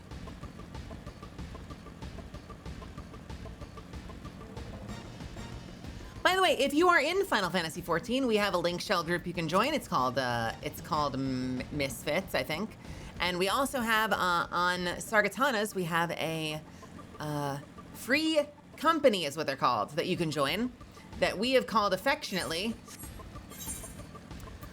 Shorty Squad. That is not where it is. That is nope, nope, nope, nope, nope, nope, nope, no, no, no, no.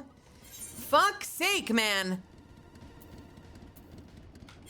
Got it. Thank you. Shorty Squad, which with an image of someone who's only punching dicks. We try to get a really angle it so it looks like you're punching someone right in the dick. That's our company.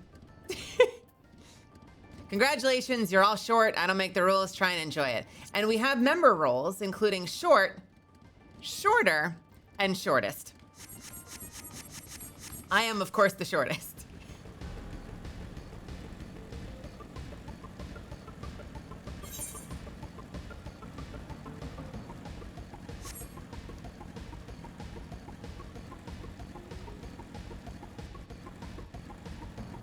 You are a Lalafo, though. Wouldn't you just be headbutting normal people in the dick? You're right. I would be headbutting people in the dick. Everybody else can be punching people in the dick. I've got to do a full-on jumping headbutt.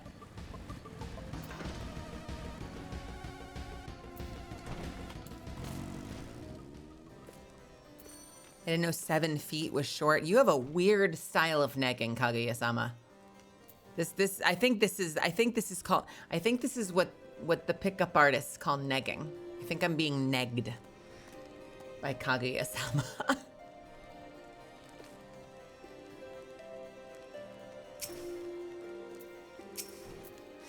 Ah, Melisande, the woman who unmasked the heretic in our midst. To what do I owe the pleasure of your company? You are an associate of Y'shtola. But of course, Lord Drillamont confided to me that you were the scion of the Seventh Dawn.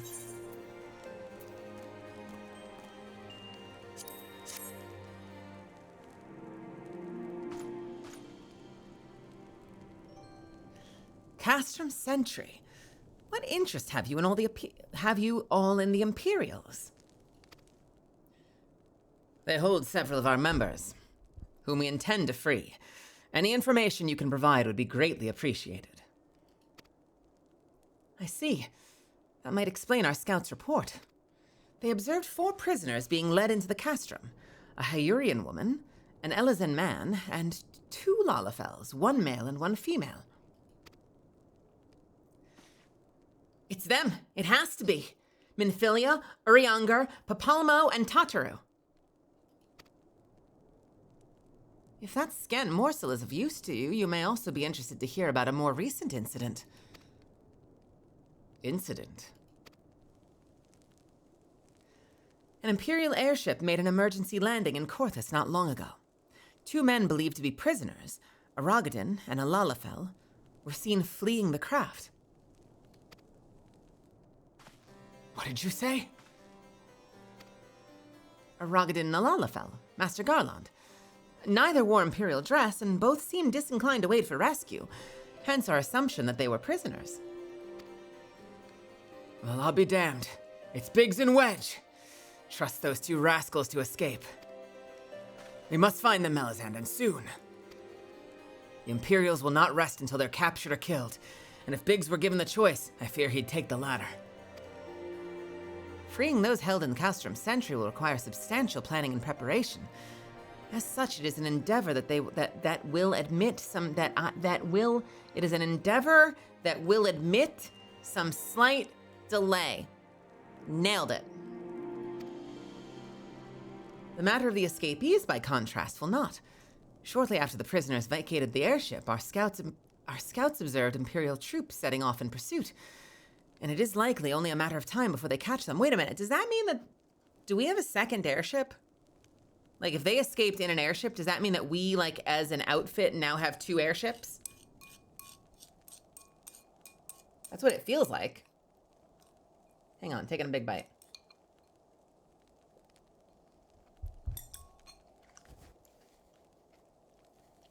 You know what that means? That means we can afford some grand gesture at the end of A Realm Reborn where we crash the airship into something in some crazy plot, and it's okay because we have another one.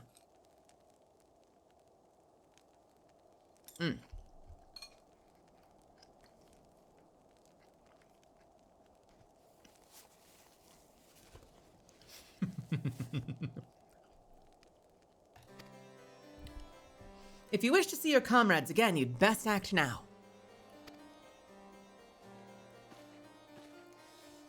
If, as has been suggested, the Garleans took our fellow Scions prisoner in hopes of understanding the Echo, it seems reasonable to assume that they will not be executed until such time as the study is complete. The Garleans took our Scions prisoner in hopes of understanding the Echo. That means that until they understand the Echo, we have a shot at freeing our friends. But Biggs and Wedge are not Scions, nor do they know aught of the Echo. As Lord Portelaine said, this may prove our only chance to rescue them. I say we seize it.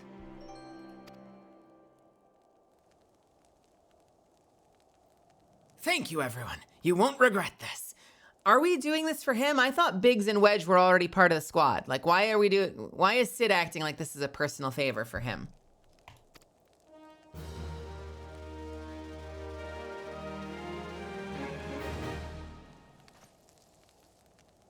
They're his people? Oh. Okay, the white one in white is, I don't know, something about the lip design that's making me very uncomfortable.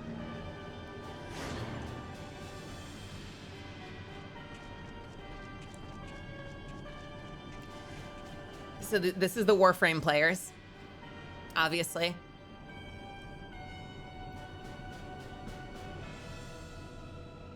The Tenno are here. Final preparations are almost complete, my lord.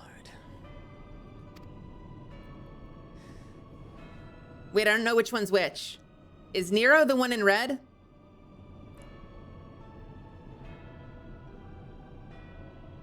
Oh, good.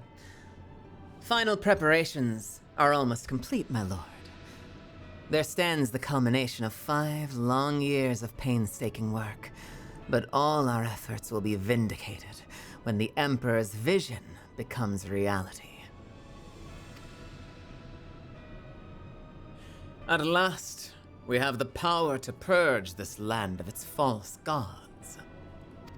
Oh wait, no, that's the big guy, right? At last, we have the ability to purge this land of its false gods. Gotta give him some growl. We shall give the ignorant children of Eorzea the security and stability they so desperately crave, and which their spine... Oh, he is? Fuck! Okay, wait, who's the big guy then? God damn it. We have the power we so desperately crave.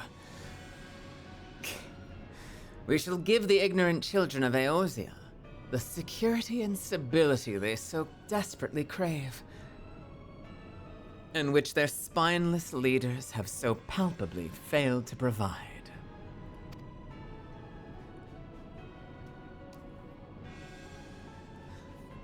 As you say, my lord, rest assured, our engineers will not rest until the weapon is fully armed and operational.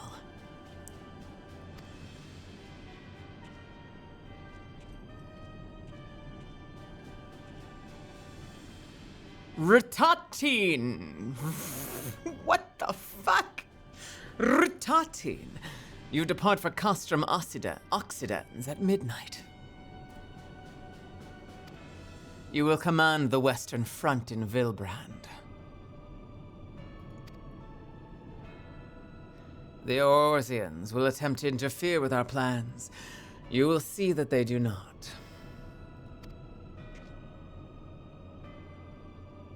My lord, if this be your will, I shall carry it out to the best of my abilities. I live only to serve the Empire. Gotta get that growl on! One of these people have to sound like a Texan? Oh,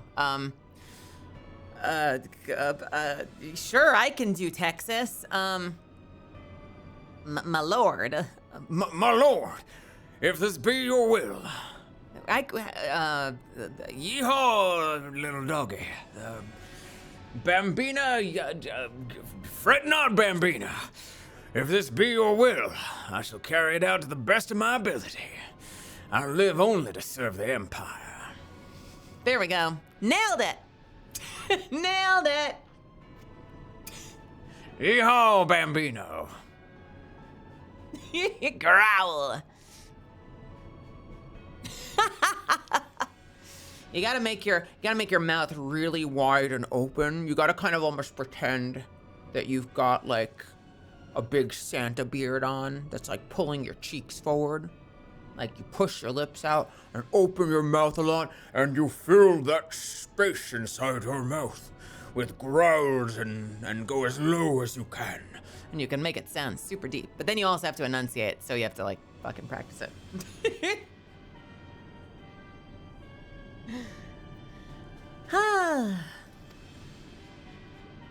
Yet, forgive my impudence, but is it proper to give command of half a... Wait, is it proper? To give command of half our forces to woman sexism alert! Ritatin fucking hates Nero cause he's a dick! He's a fucking dick, he's a woman-hating dick! Call it! I fucking called it! Wee you, wee you, wee you!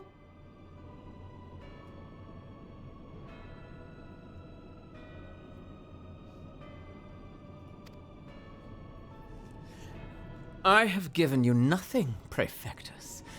You've earned it. Oh, he meant himself. He meant himself.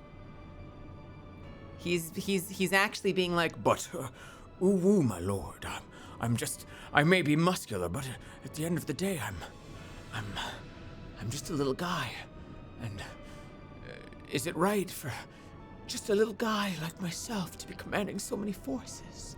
Ooh, is it right, ooh, for me to take control of your armies when I'm just a little guy. Ooh. That's what he's actually saying.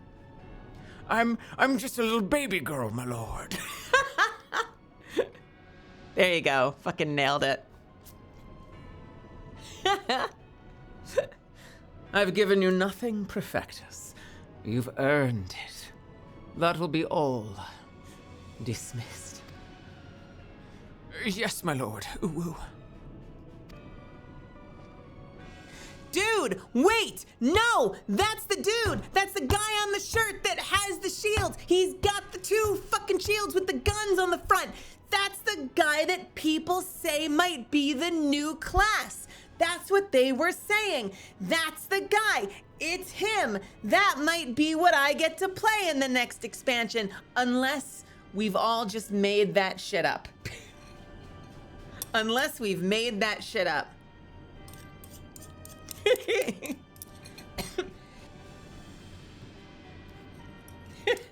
Oh god, wait, fuck. Okay, so one of the downsides of going to the Ren Fair is I inhaled like a pound of dust while I was there. I have spent the whole day coughing. I think that just got me coughing again.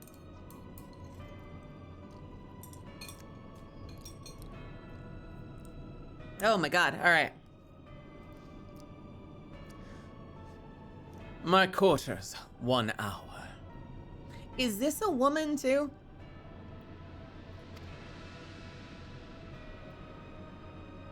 Oh, she's not gonna speak anyway. Never mind.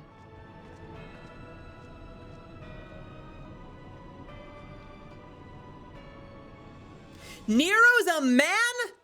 Wait, what the fuck? I was doing her voice for Nero. Who the fuck is Nero? Oh, man. Y'all didn't tell me I was doing sexy woman for Nero inappropriately. I thought that that was the woman. Man. I thought that was obvious. I don't know. They all look like fucking Tenno to me. You can't tell. You can't tell. Nero can get a sexy voice? Okay, so Gaius has that, like, long, deliberating, villain voice. And Ritalin's got that, like, big, round sound. And, what is her name, then? What's the white one's name?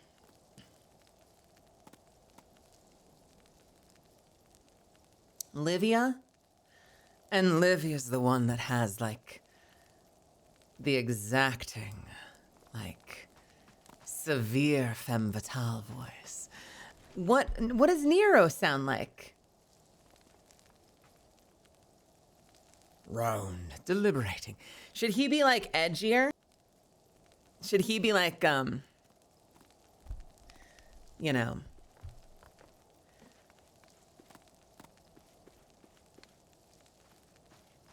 The enemy forces are within my grasp, and soon, yours. Like, should he be like growly, bitchy, or? Maybe I make him sound like I do like my best version of like Shadow the Hedgehog. Chaos control, Gaius. You don't understand. I'm so horny for Latinas. My name is Nero. My name is Nero. From Final Fantasy 14.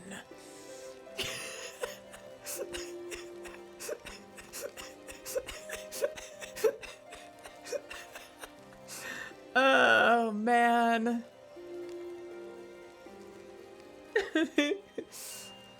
Chaos control. Thank you. Anyway, what were we doing? What were we doing? We're playing a video game. Oh, Lord.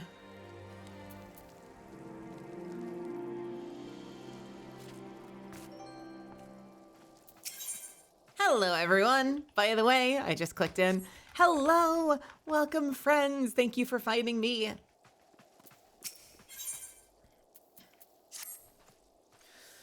My purpose here is to recon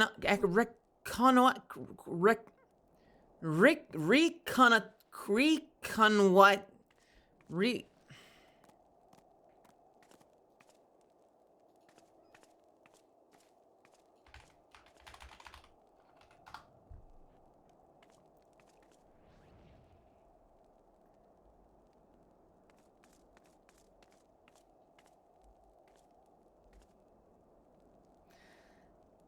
Isn't OI usually like a wa? Like if it's meant to be French-ish, would it be like reconnoiter or something?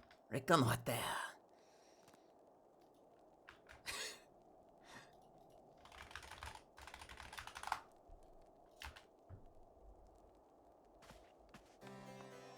Oh, fuck's sake.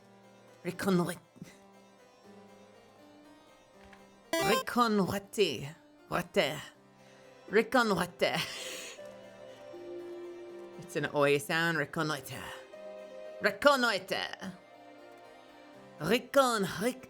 My purpose here is to reconnoiter Garlean activity along Balathia's spine. Owing to this, I have the honor of being acquainted with Y'shtola. Now, is it used in English military? I didn't realize that. The report of the Imperial airship's emergency landing came to us by way of Zemail Darkhold, situated to the west. Our man stationed at the entrance, a knight named Brickelt, may be able to tell you more. So as to expedite your mission, I shall furnish you with a letter of introduction. I pray that you will soon be reunited with your comrades. May the Fury grant your strength. I can hear the Quebec people cringing. I'm sorry, okay? I can't really do French, which is why I just made them English. I'm sorry. Yeah, I'm used to reconnaissance. Reconnaissance, reconnoiter. Reconnoiter, reconnoiter. Reconnoiter.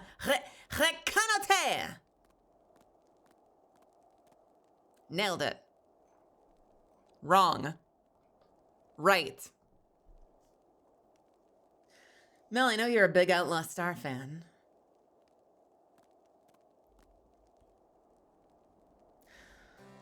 Rachel is purely a fictitious name. The part about me needing a bodyguard, however, is real. My name is Hilda. We're pirates. We're after the same treasure. I'm sorry, what were you talking about? Outlaw Star. Yes. Could you say this line if you remember it? Oh. Ooh, I don't remember who says that, though. Who says that line, Zio? I've watched that first episode. Is like a perfect line to me. Or sorry, it's like a perfect episode to me. It's like I've watched that episode so many times that I like know all of the melodies, like exactly how they say the line or close to. Like I don't have the episode memorized, but I like know the melody like it's on the piano of like how everyone says lines.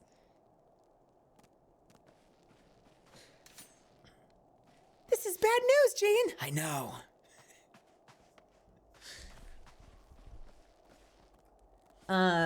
Oh, is it a Hilda line? Let's see then. God, I don't remember that line. Is that from the second episode? Let's see. So it's Hilda. Then she'd say something like, well, it's just like it is with the stars. They're bright ones, and there are those that are dim.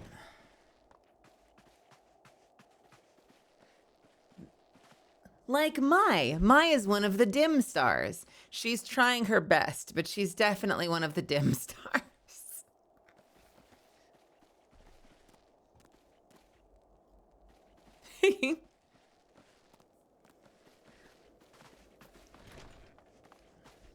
I like that. If that show were happening today, I probably would have like been crossing every finger and toe for Hilda, but I wouldn't change it for the world. I think she sounds perfect.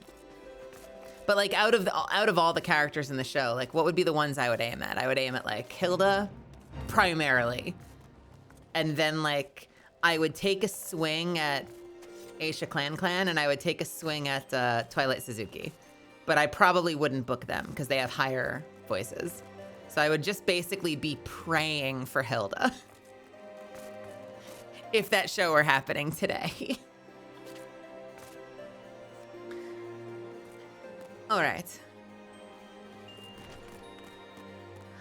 We have an ad starting in about 4 minutes, actually. So, can I quickly... You sound like a character from Community. Which one? What's their name? I'm going to look them up and hold you to that. I'm going to quickly hit the 3-minute button. So I will see you guys in 3 minutes. I'm going to refill my drink. If you guys want to take a drink, grab a drink, change it into something comfy, grab a snack, I will see you right back here, okay? Hang tight.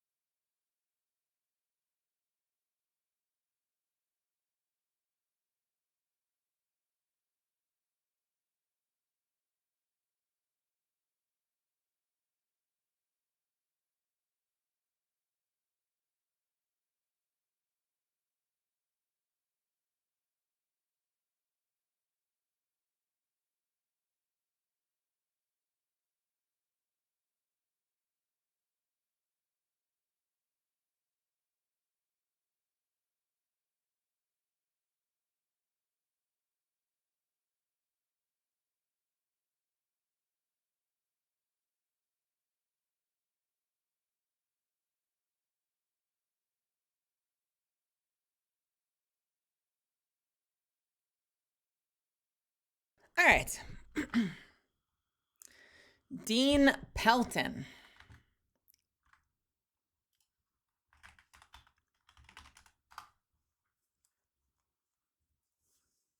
Mm-hmm. Yeah, no, I can see the resemblance. Hang on a second. No, Misfits, you don't get it. Hang on.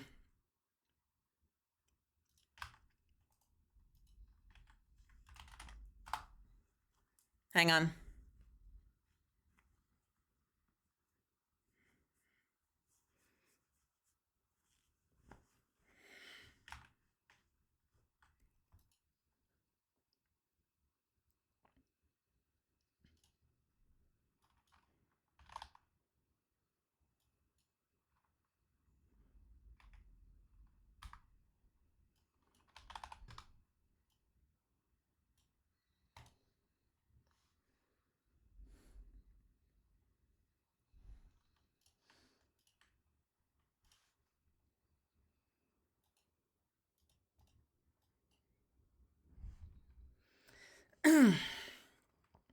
So if we just,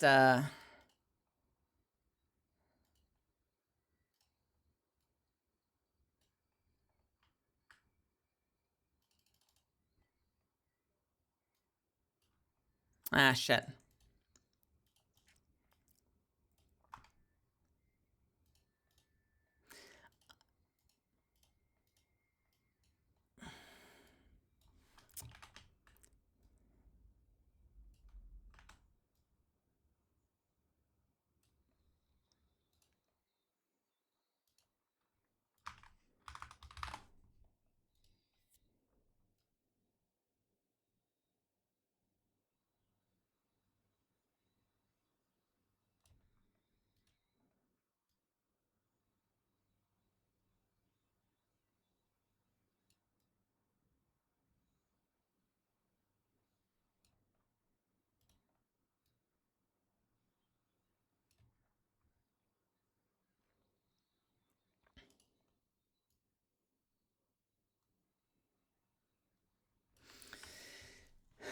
So, yeah, no, I can totally see the resemblance. I can understand why I remind you of that character. Yeah, makes sense. No, it makes sense, right? That's like, I mean, just look at it. It's like one for one. It's straight up one for one.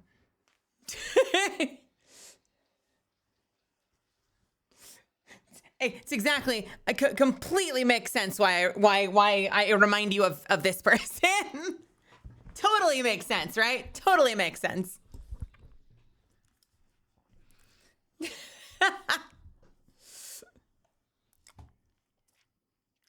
Anyway.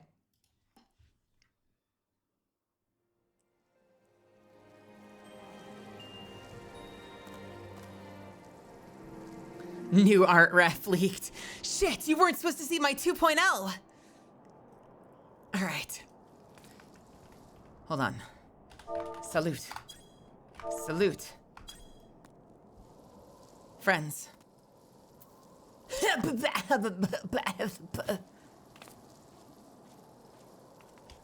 We move.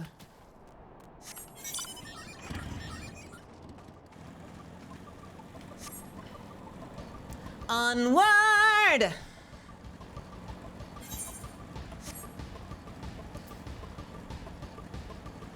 Honor has been gloried!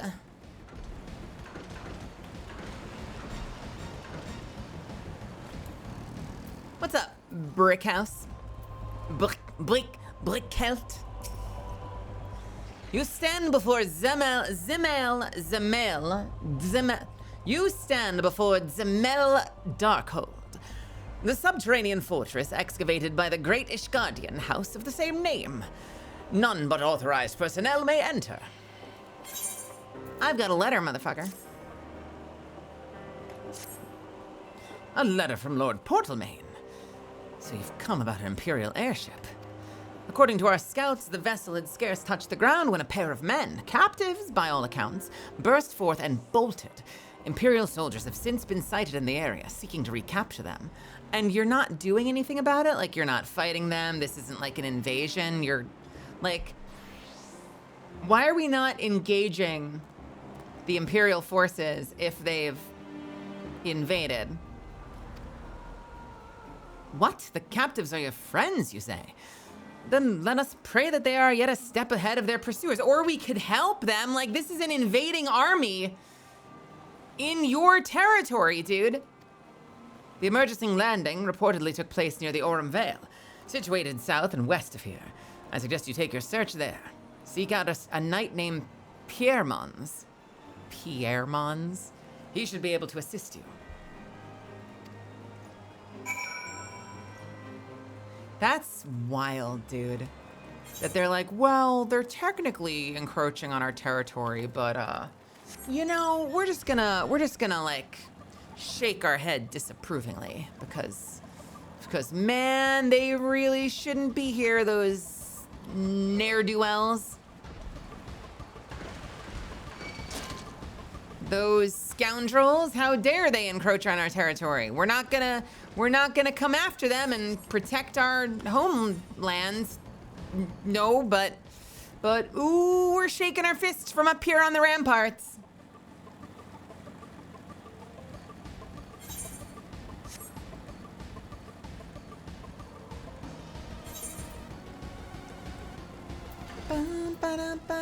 Where does this go?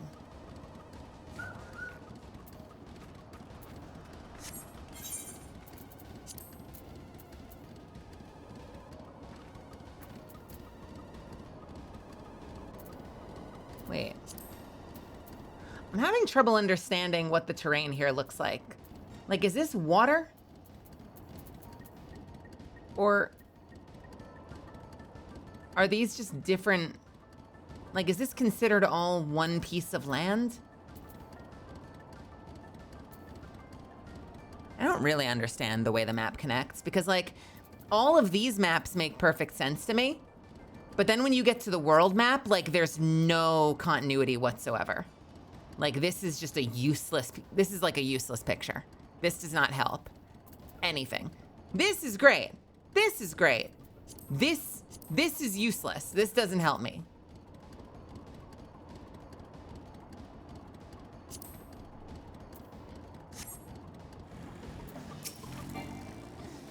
The Imperial airship.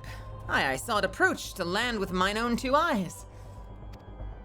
I hastened to the landing site, arrived just in time to see the vessel take to the skies again, but not before it had been deployed not before it had deployed a detachment of troops. Rough orders are being barked, and there was an air of consternation about them. Oh. We're getting upgrades. We're so close to getting upgrades. I need to actually go purchase new upgrades. Hey, Sir Friedman, welcome. Welcome, Raiders. Make yourselves at home. Thank you so much for stopping in.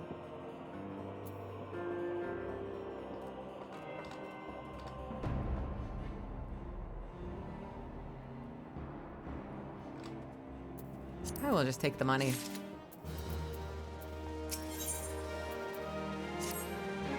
There were prisoners aboard the airship, it seemed, and they seized the opportunity to flee when the vessel was forced to land. The Garleans who were deployed formed search parties and proceeded to scour the wilderness. In order to alert our forces, I returned to my post to find evidence that someone had been here in my absence. Whoever they were, they tried the door to no avail and decided to go elsewhere. In all, it marked 2 sets of footprints, one large and one small. If you search the area, mayhap you'll be able to follow the prints to their owners. So this leads to a dungeon, but it's not a dungeon we're doing, huh?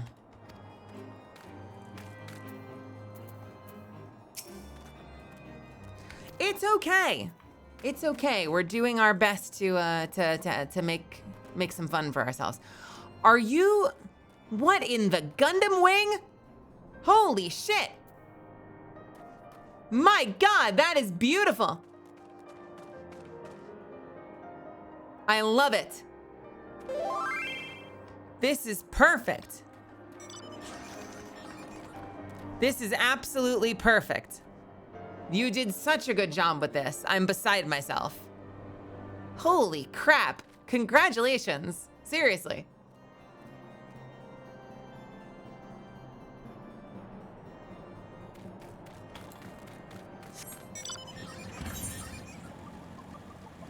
It's a Gundam! Okay, search the area for footprints. Ah, yes. I can tell footprints by their pearlescent sparkling. Wait, hang on. Wait a second.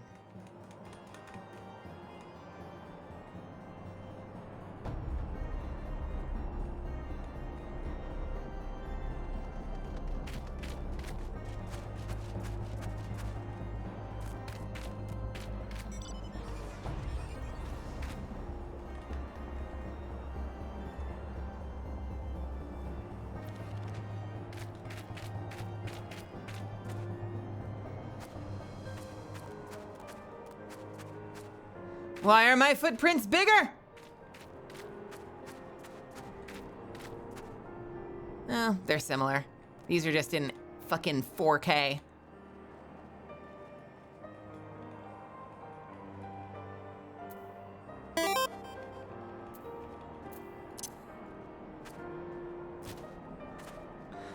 Oh. Oh. Wait, how do I make the screen go away? What button hides the interface again?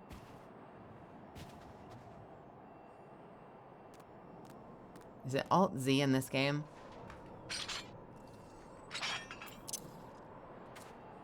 G pose? Scroll lock. Oh, shit. Oh, there we go. This is like my album cover.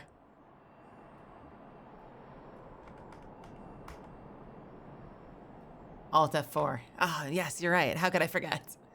How could I forget?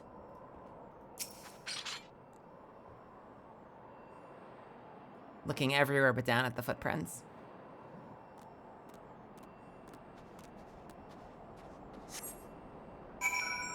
Ooh, more.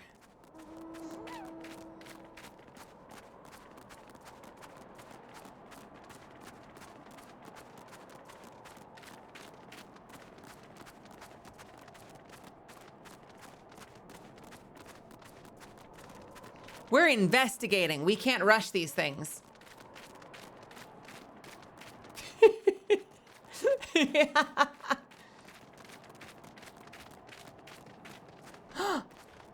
Gasp! I can type. Gasp! That doesn't even do anything. Shock! That doesn't even do anything. Surprise? Oh, for fuck's sake. Game?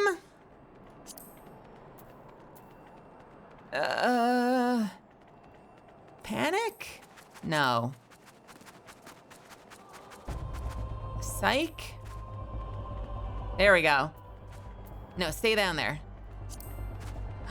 What is this? What is this? Man, I do an absolutely terrible job of figuring out what the fucking emotes in this game are. How is there not a slash surprise? More games need a gasp. I don't know if WoW has a slash gasp, but it should. All right. More footprints. I see them. Oh, but I'm in a hurry now. But I'm in such a hurry, I slipped. Ugh, shit, I need to be more careful.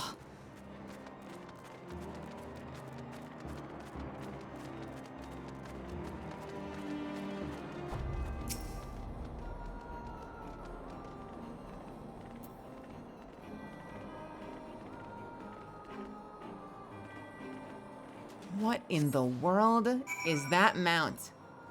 Shocked. Okay, let's try that.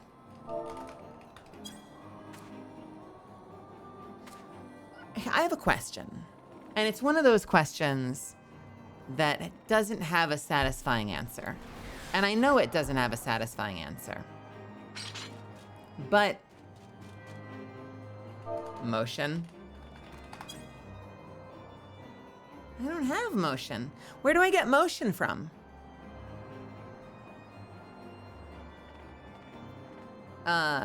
Is if shocked works. Why is there not an alternate command for that that's just shock? Why don't both shock and shocked work for that emote? I know there's no satisfying answer for that, but it should work like that, right? I need to get motion. I don't have motion. Next time we're in town, we have to see if they're selling motion. Because I want the uppies. I want to have the uppies pose.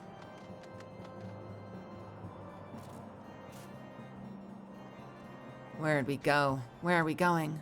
What do we see? Oh, they're right there.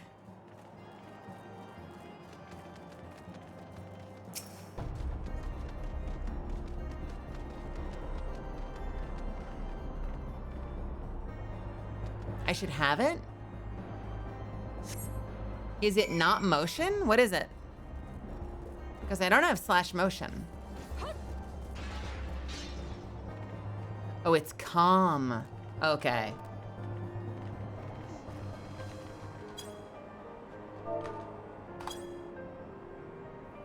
I don't have calm either. What the hell, man?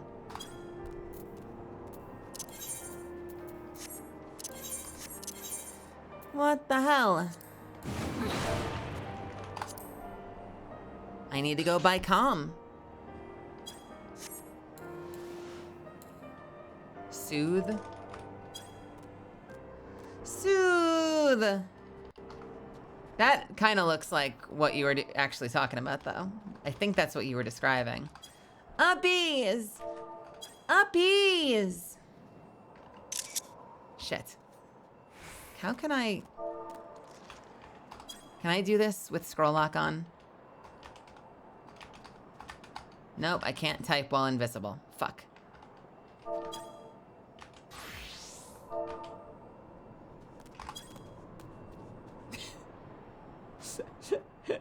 Cute. Cute.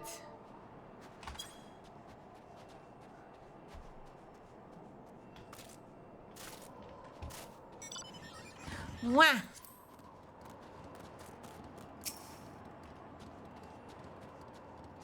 Where are the footprints? I gotta find more footprints. Where did he go? Where? He went over here, I guess, to the bridge. I guess I should check under the bridge.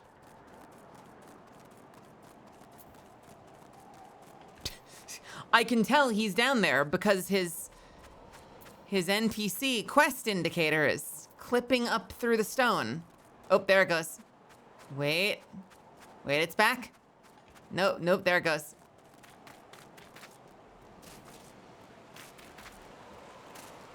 It's like they have it set so the emotes don't appear in the text log this end. Anyway, no, that is a problem. That is a thing in this game that drives me up the wall, and I don't know what those freaking...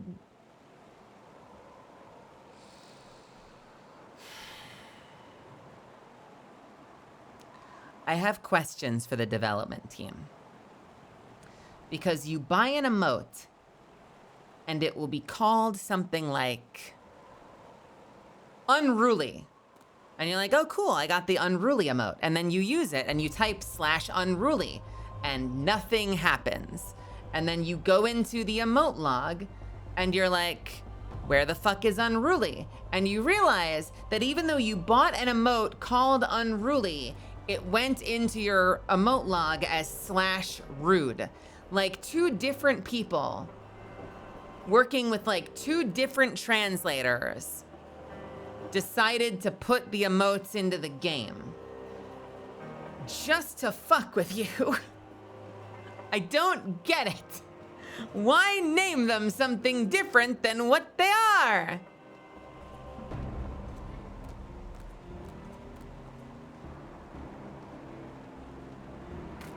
I did, Devin. I did. The selfie emote is visage.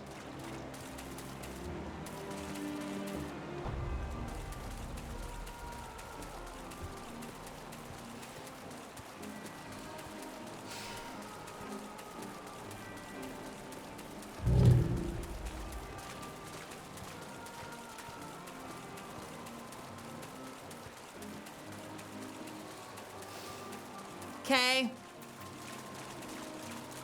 Made it.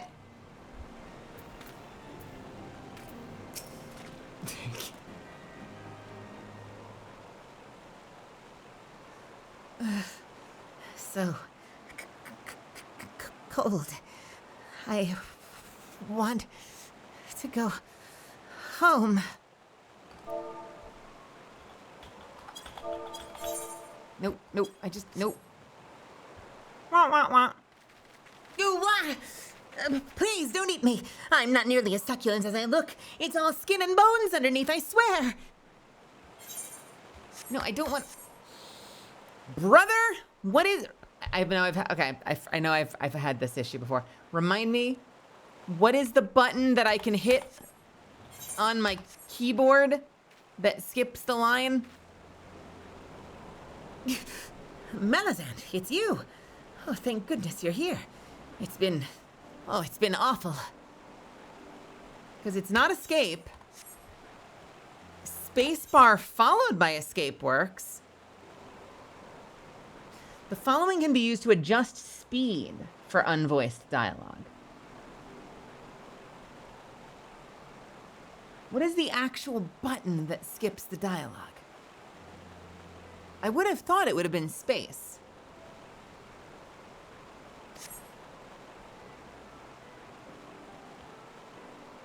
Actually, let's look that up real quick. Final Fantasy XIV. What button progresses dialogue? The button used to manually progress dialogue depends on your platform. On keyboard, it's Enter or numpad 0. Okay, let's try that. The Garleans were snapping at our heels like a hungry pack of wolves. I was so hell-bent on evading them, I almost ran headlong into a monster's gaping maw. Thrice! And when I finally found cover, it hit me how cold and hungry I was. Well, it's not Enter. God damn it. It's not Enter.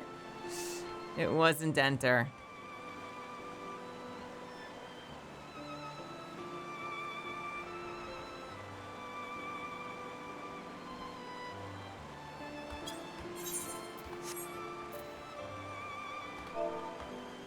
Click the X on the chat. Okay, here we go. Son of a bitch.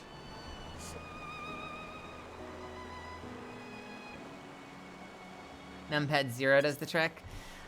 Oh, me and my dumb half-length keyboard. My dumb 10 keyless keyboard.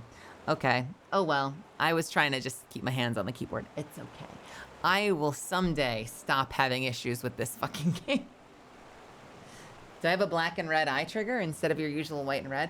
Oh, Aurora Bite, did you just get in here? I literally did it like 3 seconds ago. Wait, you can't go there. You were there for it. You saw it. I just did it. I just did it. You commented on it. I did it. It was this.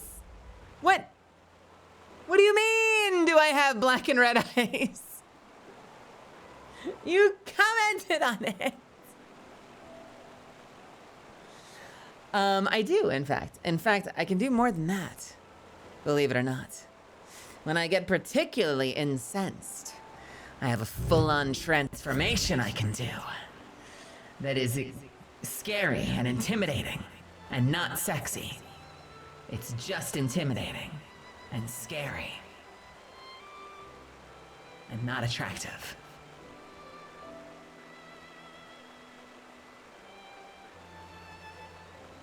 Fuck. Fuck. Do I want some duct tape to cover those cracks? You can't just ask someone about their cracks like that. What the fuck? What the fuck?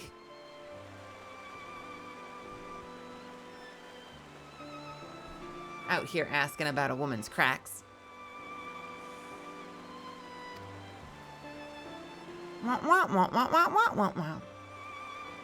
Biggs, he isn't here. He went off in a different direction to lure our pursuers away. I just want to use the keyboard! Please! Fuck me!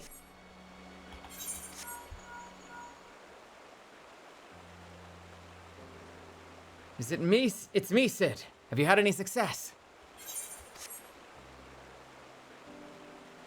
You know what it is?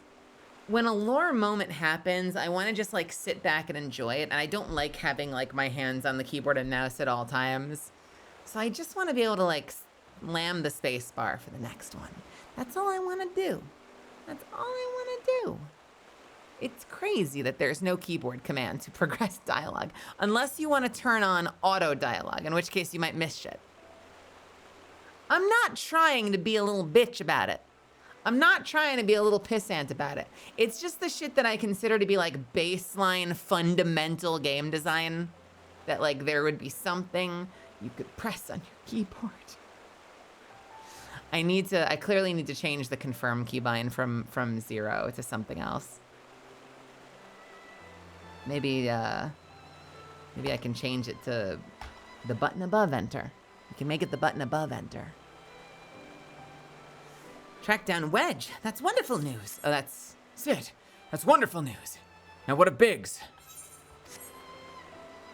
I see. Well, it hardly surprises me that the big fellow went off as he did. He has complete and utter disregard for his friends. But also for all the tongue lashings he gives Wedge. He's always taken care of him. Wait. Oh. I guess he went off to look for help or something.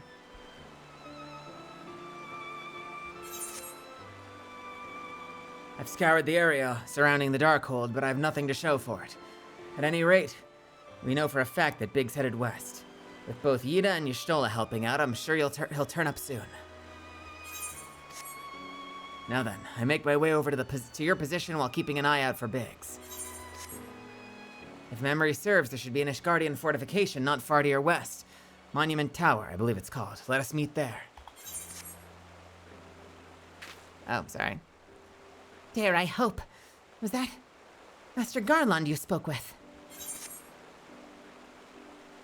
Oh, after 5 long years. Thank goodness he's alive. I'm feeling better now, Melisande. Let's go to Monument Tower and wait for the chief to arrive. So wait a minute. So there are Ishgardian structures everywhere, but they're not like... They're not controlled by the enemy Ishgardians? Like, is there just a bunch of abandoned Ishgardian stuff that's not... Oh wait, no, the Garleans are the bad guys. Ishgardians are the French people. Hey, Zeph, what's up, dude? Right, Ishgardians are the French people. And the Garleans are the Tenno. Okay, I understand.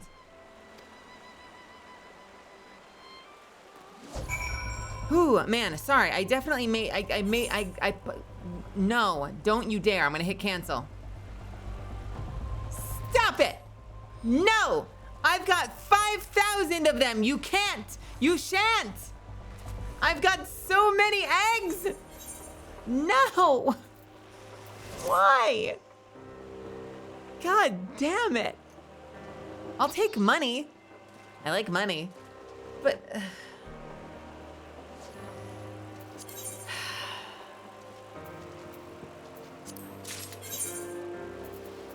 What? No.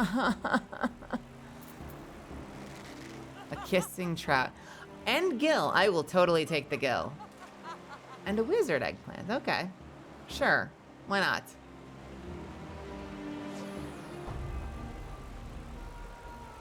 I don't know that I need the fish, but I will take the gill.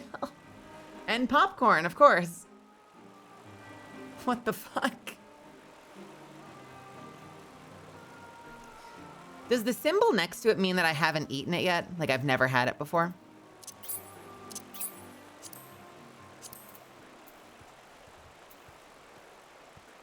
Thank you. Thank you for the money. Oh my God, what's up? What is it? Hi.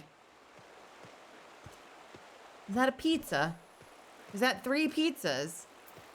Wait, no. Wait, there's so much. I have so much food. I have so much food. Okay. All right. All right. That's it? Just tons of food. You're just pawning all your food off onto me. Okay, fine. I have so much food, though. Every time someone uses the egg command, you don't need an egg, I'm going to give you 1,000 eggs. Only if you pay me. You have to pay me to accept the eggs. I swear to God. Hold on. How do I get into this fucker's bags?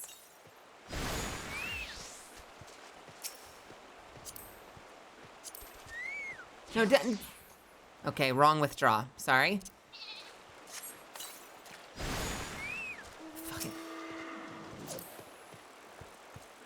How do I see Control-Shift-I? Got it. Look, it's a 3rd and a 4th stack of eggs. And a 5th stack of eggs, my favorite. This is what you're doing to me.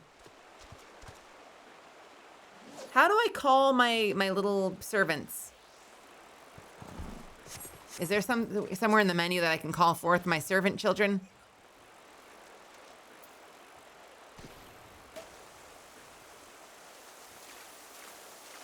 Yes, my retainers.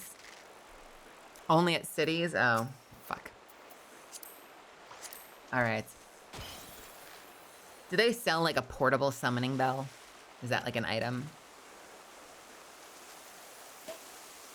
They don't. That would be the most pay-to-win shit. I would totally buy one. Although, honestly, I'm still not sure I fully understand the points of retainers. I guess once I can have them out there, like, performing professions, like... Presumably, you can have them go, like, mine for you, right?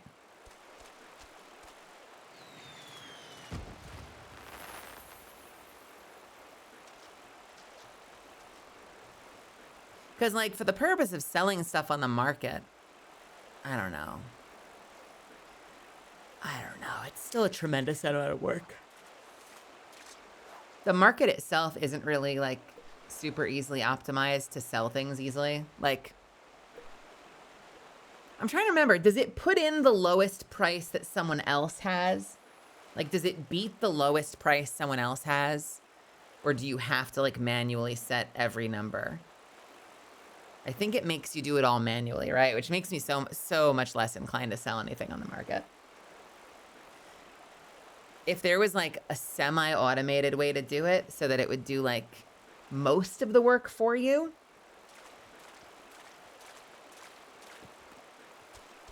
I'm trying to remember if WoW does that normally. Does WoW automatically match, or is that just with the auctioneer?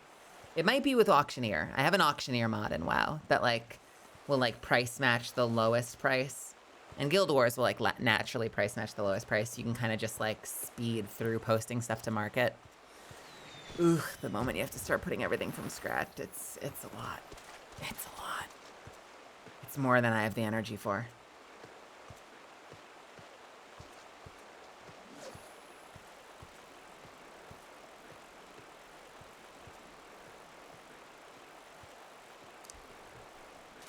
I have a question, though. To deter bots, I assume that, like, the behavior they'd be trying to curb is, like, people buying lower things and relisting it at higher prices. Because I know that that happens in games like World of Warcraft. Like, some fucker will come along and, like, buy up the entire market's inventory of stuff and then relist it all at, like, a much higher price. They don't do that. What would the bots do, then?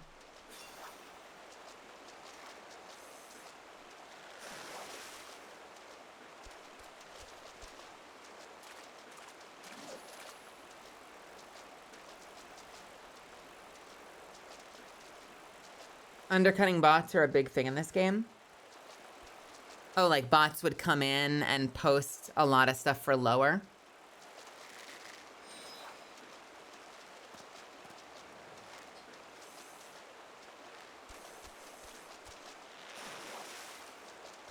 Oh. Do they end up undercutting each other? Like, does it just drive prices into the ground? Because that sounds fantastic for anyone who's not selling. But if you're selling, I could see how that would be frustrating.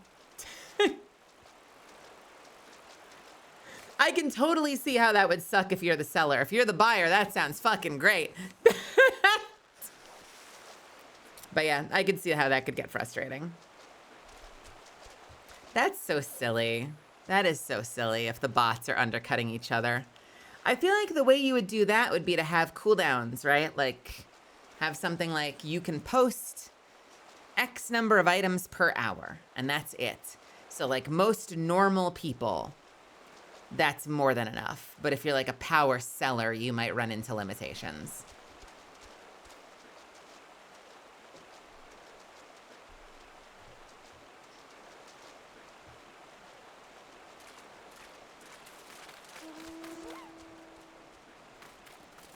So you're selling that you're saying that they'll start a new character and they'll vendor the starter gear and they'll just do that like ad infinitum until they have like an immense amount of gil? Is that a behavior people actually do?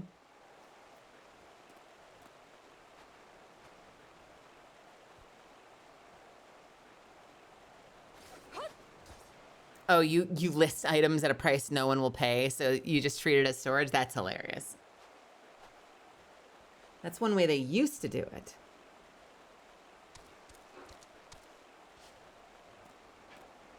Why wouldn't you just... Why not just make the starter gear worthless then, or unsellable? That seems like a really easy thing to fix.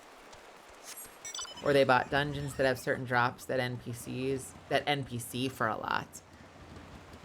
Yeah, I guess that makes sense. Honestly though,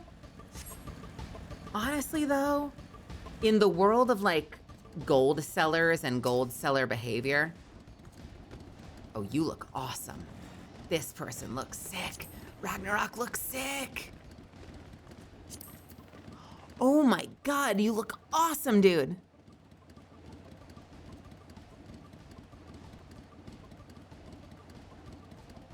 I was gonna say, like,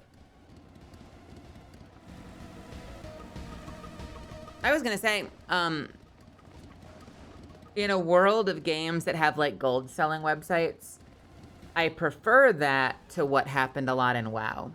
Because what happened a lot in WoW is like, people would literally just steal your account, like through phishing and through other scams and stuff. And so they would like steal your account and liquidate it and then use that as money to sell to players that bought gold. I would much rather bots that like farm and sell shit to bots that scam people and steal their accounts. I mean, I would rather no bots, but if I had to choose between the two of them, you know, I would choose the one that doesn't fuck players out of their accounts.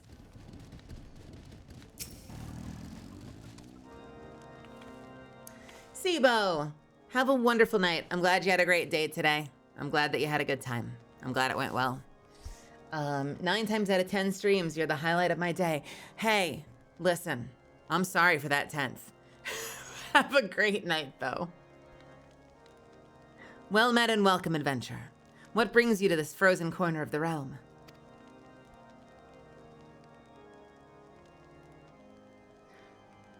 Oh, it would seem your companion has caught a chill. Come and warm yourself by the fire.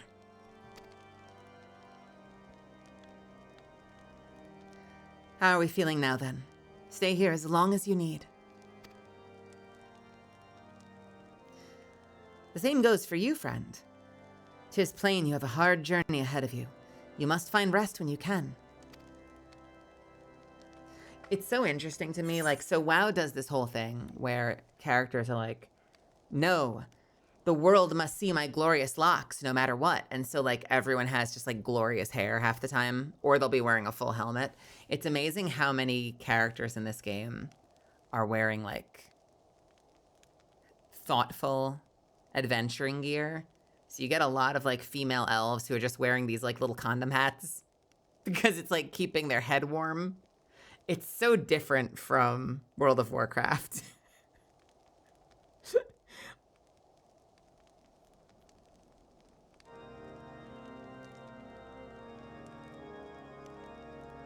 The horse is in the cash shop, sadly, but That is the armor of Odin that you can buy after the open world fate that spawns in Gridania, or the post-ARR fight through RNG.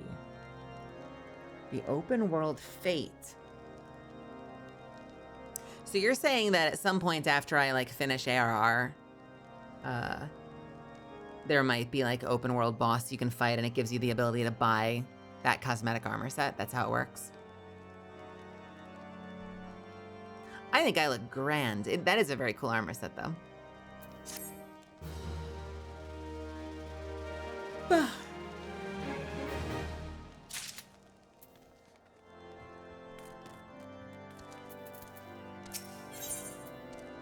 Wedge is gravely concerned for his missing companion.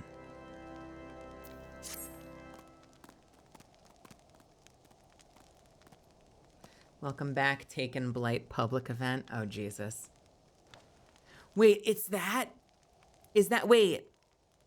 Taken Blight. That's the one where you have to break, to go into heroic mode, you have to break the orb and it's just a whole bunch of dome spawning monsters. Is that what the event is in this game?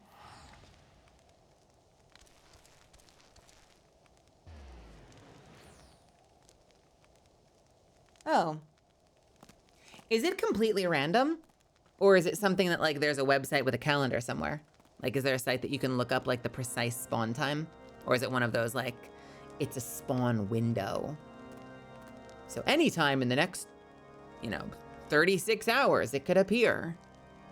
And then it'll be on cooldown for, like, a set 4 days. But then after that, there's, like, a day and a half that it could appear in. Oh. I wonder if it'll ever spawn on a Monday and we can all do it together. I'm fine now, thanks to you. But I can't bear to think that Biggs is still all alone in the cold, with Garleans at his heels.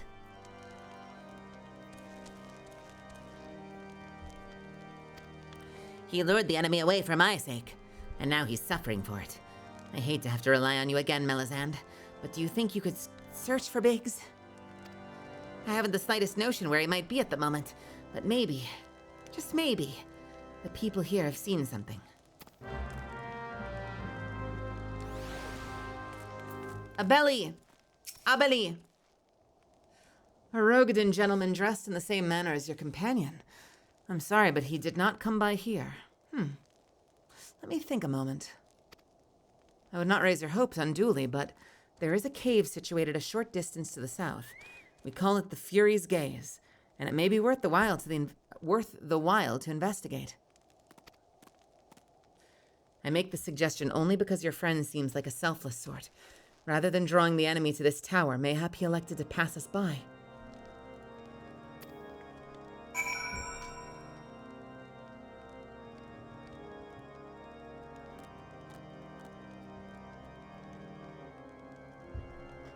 Hey, CRT, what's happening? I have a question. Does it ever time out? Or is the community such that, like, that's very unlikely?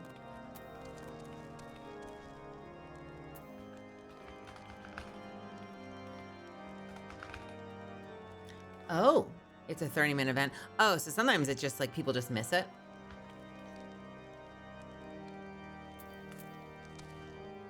RC.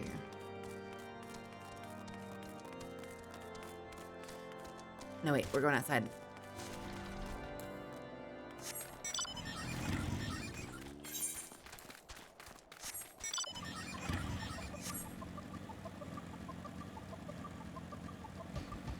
It's so strange to me that, like, can you not... It's so strange that you can't look straight up in this game. Like, I'm too short to ever see the top of this tower unless I'm, like, a million miles away.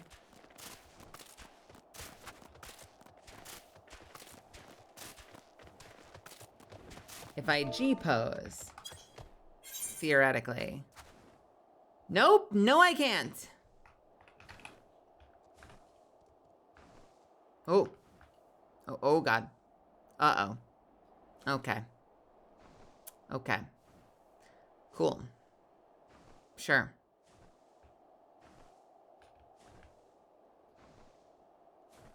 Got it!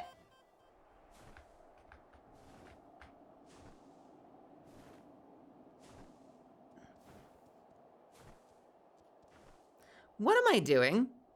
Why am I putting my hand on my chin like that? Wait, what is my character doing right now? What am I doing? What is that animation?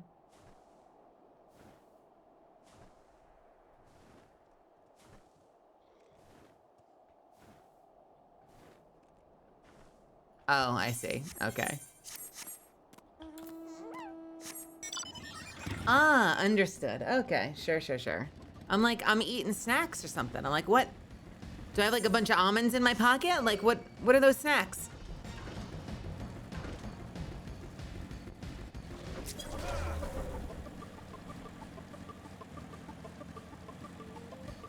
I'm just shoving snacks in my face.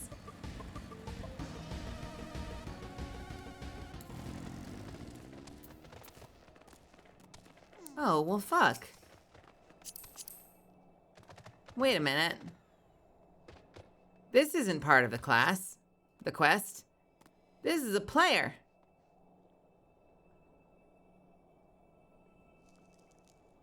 Can I res this person?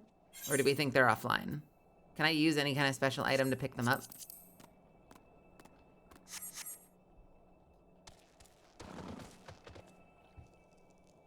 You need to be a healer. Bugger. Do I have a phoenix down? I don't even know how to search my inventory. I wouldn't even know how to find a phoenix down if I had a phoenix down. Let's go! Yo, thank you.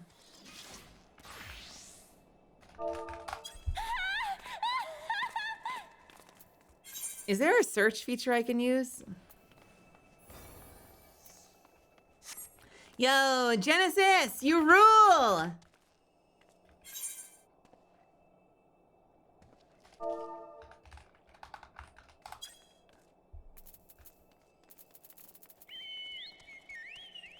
I search.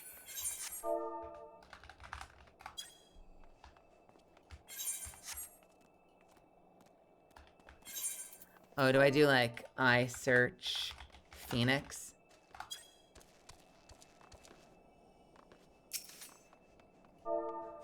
I search popcorn. What the?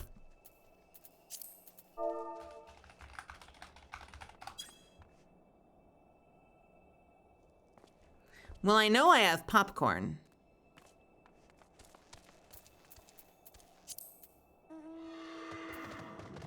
Three matches. Wait. Oh. But it doesn't tell you where it is. Okay, there it is. I found it. Phoenix down, putting it over here. Guys, I'm gonna go design my own MMO. I'm gonna call it Penultimate Fantasy. Penultimate Fantasy 14. And it's gonna have a really easy to use inventory search feature.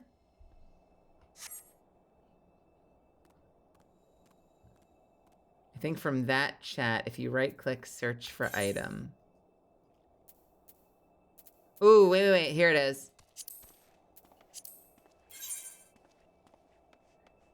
Inventory 3. Okay.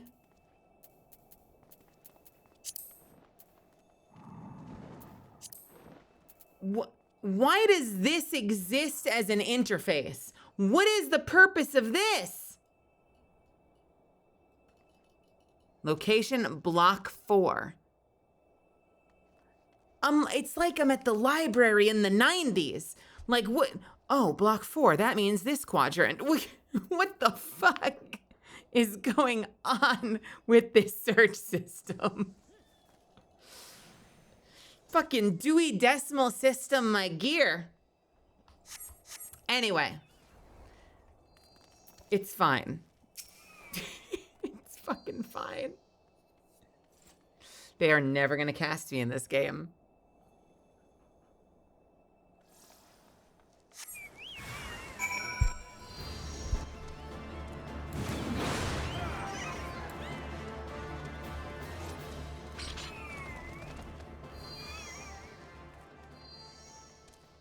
What's her name? Just, Lost that voice acting gig because of like a dad joke. Was that Oro? Like, I'm out here streaming games and talking about terrible game design. I would get fired immediately. I would not even get to the fucking callback. Listen, it's important. It's important to be able to be critical of the stuff that you play, even if they're signing your checks. Not every company is okay with that. It's good to double check, obviously. But like, I can't live my life. We can't live our lives like paying lip service to companies that haven't done anything to earn it. You know? You can't be out here being like super diplomatic about everything ever just in case they have a thin skin.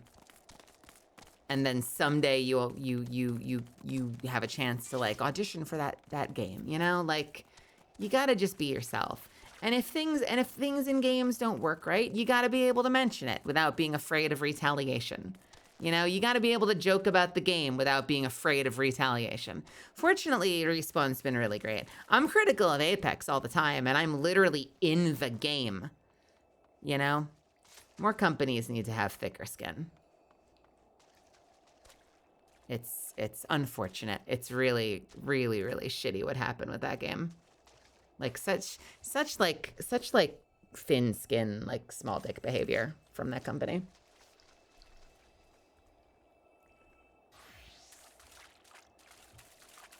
What are we doing here? Did we fight something? I don't remember. Report to Wedge. Report to Wedge about what? I don't even know what I learned here. Let's go.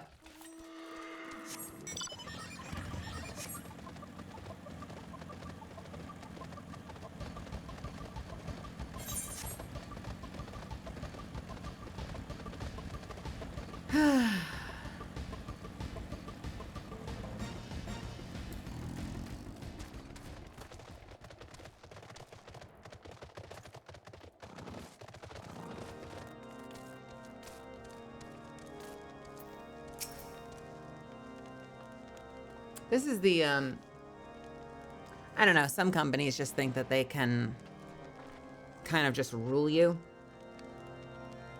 Like your whole fucking existence.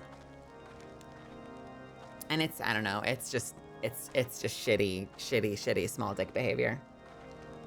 Like, obviously, like, I could, like, contract's gonna contract. So, like, I could book a game, and that game could certainly have a contract that they might ask me to sign that says, hey, you can never say anything disparaging about the game, including things that are critical of it. And then I would know forevermore that I have to be very careful about being like super diplomatic about that title. But I don't know. The joke in question was so context free. It's like,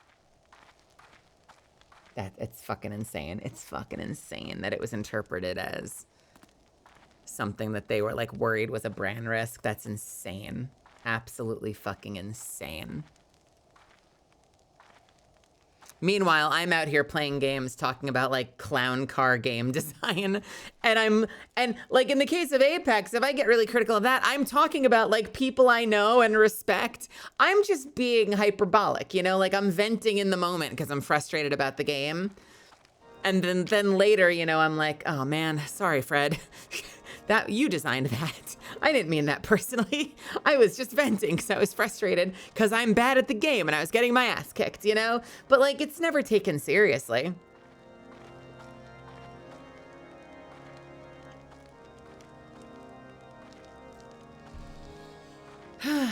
Yeah, 100%, Thorin. How dumb.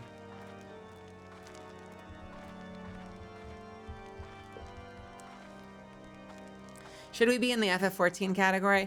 Oh yeah, probably. How long have we been playing not in the FF14 category? The whole night? Let me fix that. Oh, now, okay. All right, sure, now you beat me to it.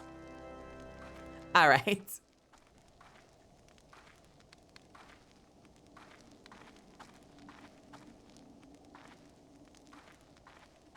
I mean, I worked for Apple for 10 years.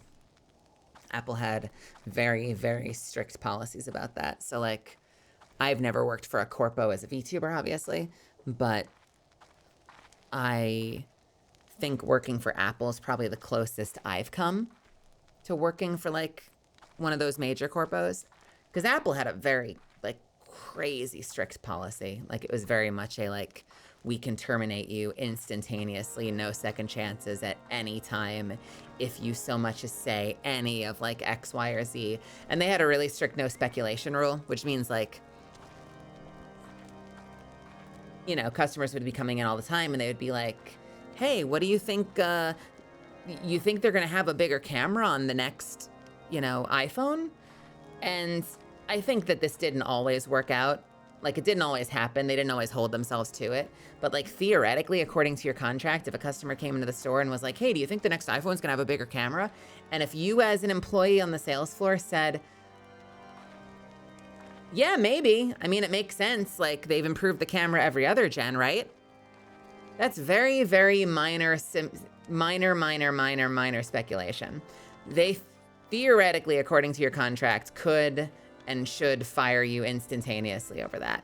Maybe not should, but their whole premise would be like, well, what happens if you, random sales floor employee number 3, says, yeah, you know, I mean, it would make sense if the phone had a bigger camera, and then you happen to be talking to Jackie YouTuber, and Jackie YouTuber goes on YouTube and says, I was at the Apple store and the Apple employee said that the camera will probably be bigger for the next time around.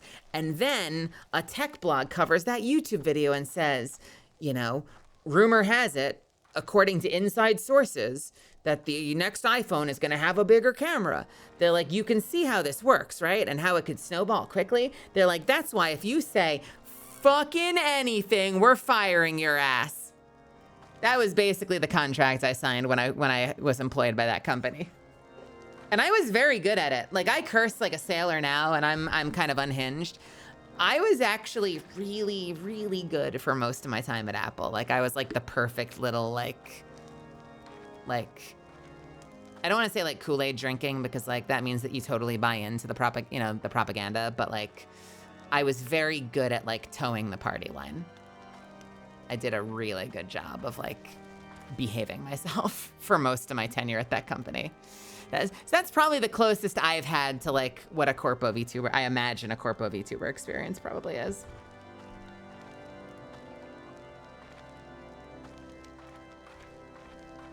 Even then, seems like some people can get away with murder and other people have much stricter relationships with their managers. I'm very fascinated to know what it's actually like behind closed doors. You know, because there have definitely been like corpos that have been fired over seemingly relatively like minor disagreements. And then there are others that like seem like they can get away with murder. So I don't know. It's fascinating to me. That whole world is fascinating to me. You know, like it's one of those things where like knowing my history at Apple, like I simultaneously joke that like me as I currently am, like my current behavior as a content creator, my joke is like, oh yeah, I'd get fired from, you know, X, Y, or Z company like instantaneously. Like I wouldn't get to day 2. They'd fire me immediately, like the first time I opened my mouth on debut. But I also know that I have a history of being able to do it. You know, so in the back of my mind, I'm like, yeah, but could I turn that part of me back on? Like, I might be able to, like, force myself to behave. I don't know. Interesting to think about. You want to swear like a Canadian sailor? You need to master the phrase. What is that? Lord Thunder and Jesus bye. Lord Thunder and Jesus bye. But yeah. Thunder and Jesus be ya. Do you want to limit yourself, though? Not particularly. Not really. I understand why some people do it, though. Like, a lot of those companies have really, really big, like, built-in followings. Like, there's just, like, a massive following that comes with their brand, so I don't know anyone personally that's done this, but it certainly seems like it's not uncommon sometimes for people to jump into something like that and like ride it out for a year and then take off. Because it does seem like a lot of the people that go back to indie after doing like a year of corpo come back and they're pulling like huge fucking numbers on their indie account, you know? Because they kind of pull a lot of their audience with them. So I don't know if I would ever want to do that. That just seems suffocating, but I can understand why some people might see that as like a valid career strategy.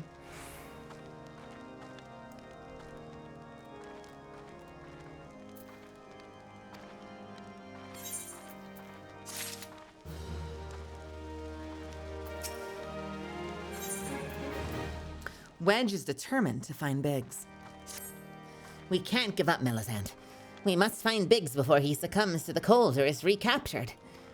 There must be someone in this tower who can help us, even if it's only to tell us where else to look. Ask them for me. Ask anyone who will listen, and hurry. Biggs' chances of survival grow slimmer by the moment.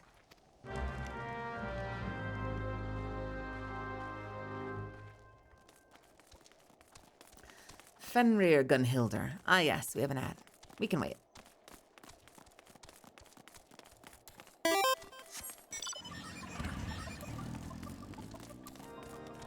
Do I start going mount speed before the mount is out? I just noticed that. I feel like I actually start going mount speed while I'm summoning. No, okay, no, I go a little faster, but not as fast. I go a little bit faster.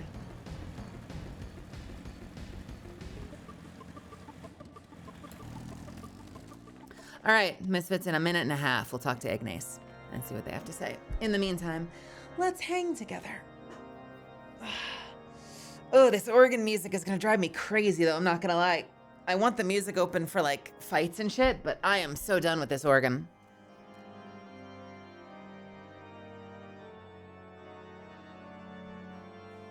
Here, let's just.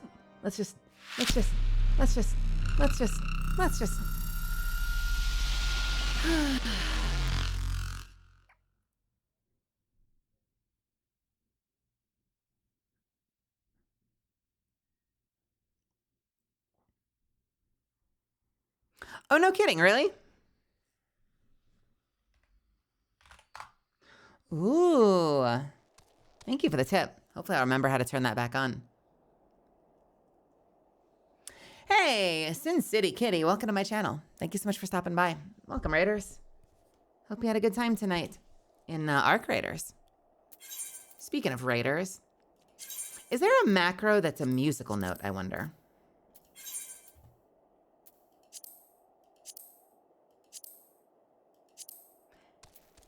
There is.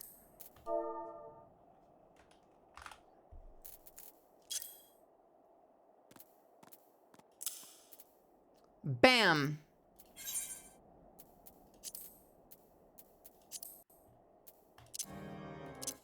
Now I've got a mute button for the music on my action bar, which is the last place it should be. But we don't have a lot of choices.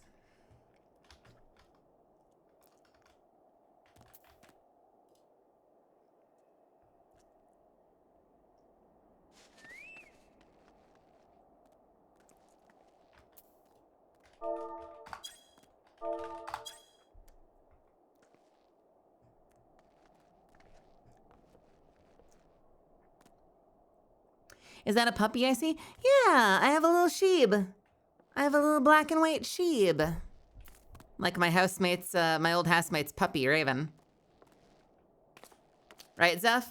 I've got like a little raven chasing me. I loved that pupper.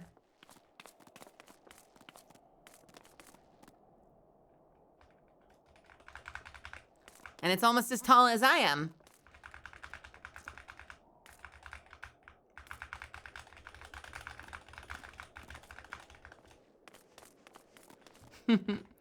Baby, baby, baby, baby, baby. Baby, baby, baby, baby. Baby, baby, baby. Put a saddle on it? Wait, can you saddle Can you saddle? Ah!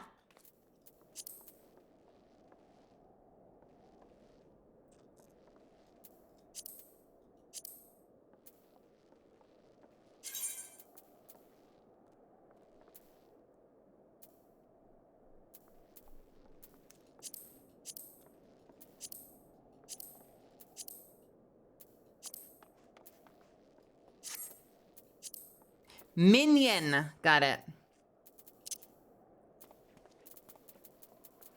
Yeah, we had a lot of little pets, including. Is this a little seaman?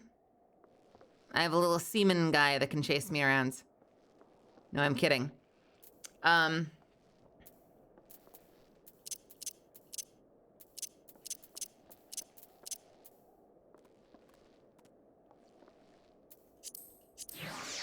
Apparently, I can make a pet out of a box.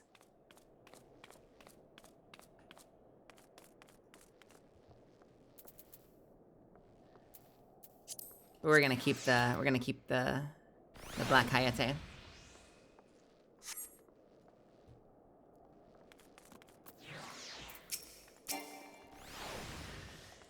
Your friend is lost in the wilderness, you say? If he's not to be found around here in the vicinity of Darkhold, it's possible he made for Whitebrim. To reach it, one must travel through the Danafin Pass, the southern end of which lies to the north. The southern end of which lies to the north and east of here. God, that's a lot of direction words in the same sentence. While I make no guarantee that your search will bear fruit, it is surely better than worrying and idleness. I wish you luck. Oh, and one more thing. Do tread warily when climbing the stairs here. Not a moon ago, I broke my neck when I slipped and took a tumble. What is that symbol over Mel's name? I'm not familiar with it. What symbol over my name? What do you mean? What symbol's over my name? Is that my sprout symbol? Are you looking at my sprout symbol? There we go. Wait. It's a red sad face? Oh, is that the busy thing? I did busy.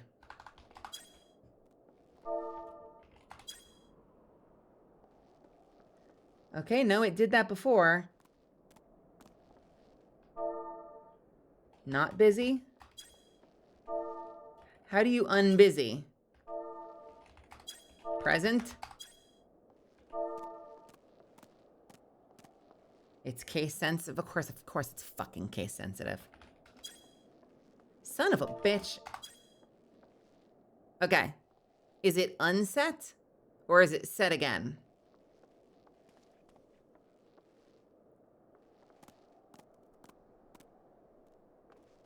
How do you tell if it's set or not? Like, I can't see it. Like, where do I know that it's on like that? Oh, is that this? Oh, yeah, we had somebody suggest that you busy while you're playing. Because apparently there have been people, like, being shitheads to content creators. So we just did it as a precaution. I was gonna do it as a precaution. I forgot until just now.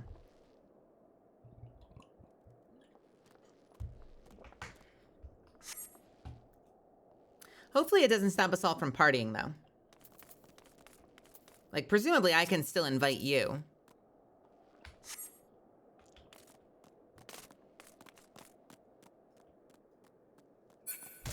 Oh my god. Can I kill myself if I now jump in the fire? I cannot.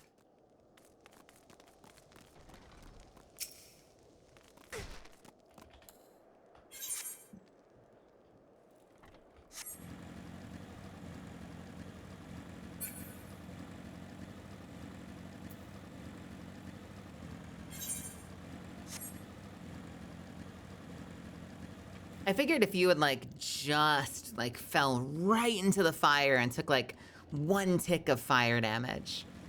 Wait a minute, is this red? Yo, it's like in,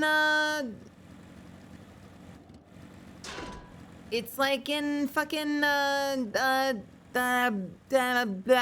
Jedi. It's like the salt planet. It's the salt. It's the salt.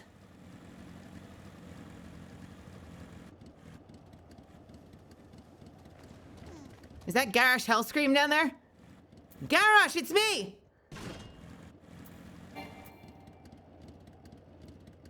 Giant reader?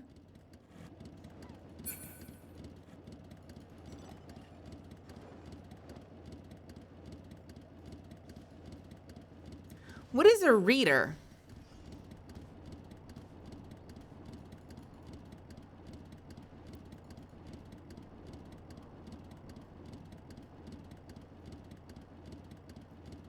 They didn't mean to say leader, did they? Like, did they intend to say the giant leader?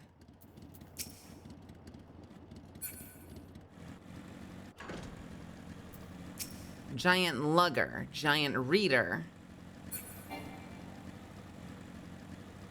Giant, nope, Clythios. Clythios was the leader.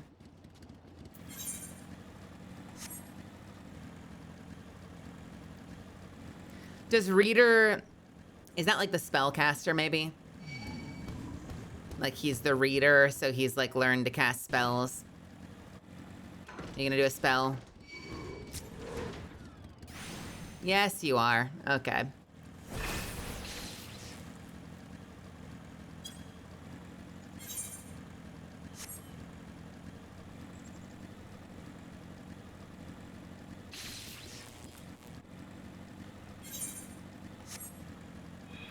I am a Lala player.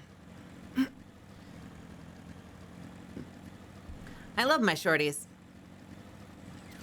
I used to hate them from a distance, and then I fell in love. What happened to these people? Hey, buddies. Notorious B.I.G. Notorious Biggs.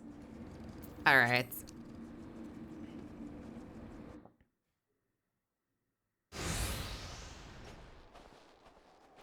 Oh. Downside. I don't have a button to turn BGM back on right now, do I? Wait. There we go.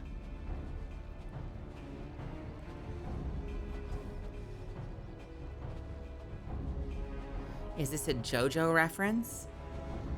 No. Does JoJo reference Notorious B.I.G.? Because JoJo's all musical references, so I wouldn't be surprised if JoJo is also referencing the rapper. Our orders were to take you back, dead or alive. Which will it be, engineer?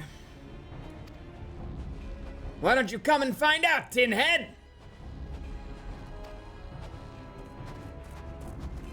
She's doing the same animation. Look at the two of them. Why are they both doing the same animation? Everyone else is just standing there. These two are so ready for the fight. Ah, Melisande.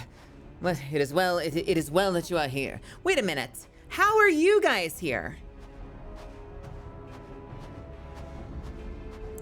I'm the one that's been searching for this guy. How the fuck did these guys get here?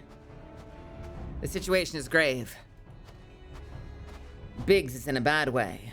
Biggs is in a bad way. We should do something right now. Yeah, I don't think that's like a group of 4 random dudes. Why? This is not a serious fight. This is not serious. This is completely unserious. Ida has the right of it. He will perish if we delay. With me!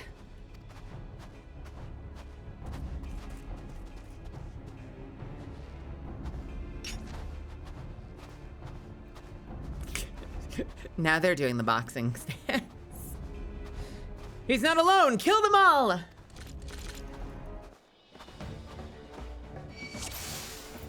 Hey, you fucks!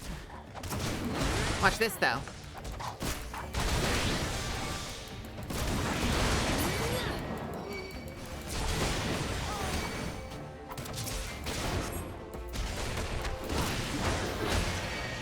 this guy made of iron compared to all the others? Okay, mech.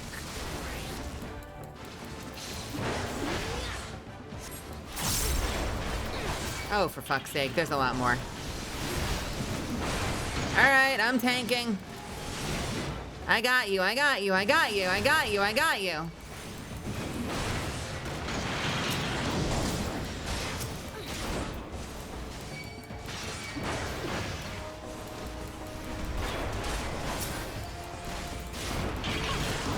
Why?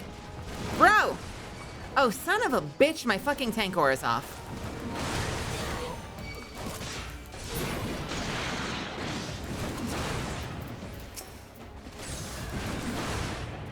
There's quite a lot of them. I know, this game insists on turning my fucking tank off. Come here, come here, come here, come here, come here, come here, come here, come here. All right, we're fine.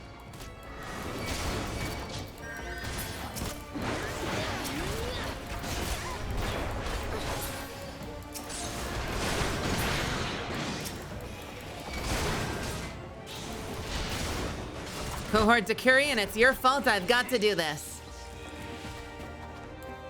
I spit on you.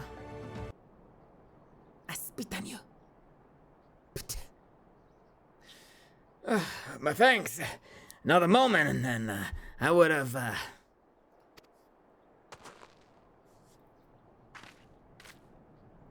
He's been too long in the cold. We must find shelter for him. Wah, wah, wah, wah, wah, wah, wah. Monument Tower, you say? Very well. Yida and I shall bear him there with all haste.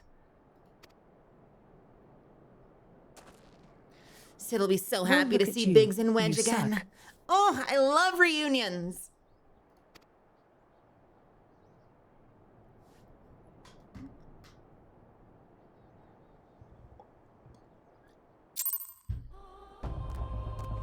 We did it! And it... Oh, it didn't turn my tank off again. Thank God. I want this mount so bad. This is so cool. I forget what it comes from, but I need it someday. Ugh, it's so cool.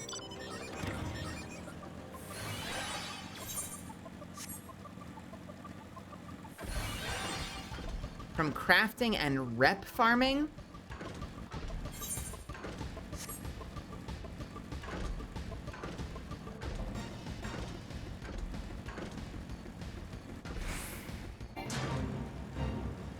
Gross.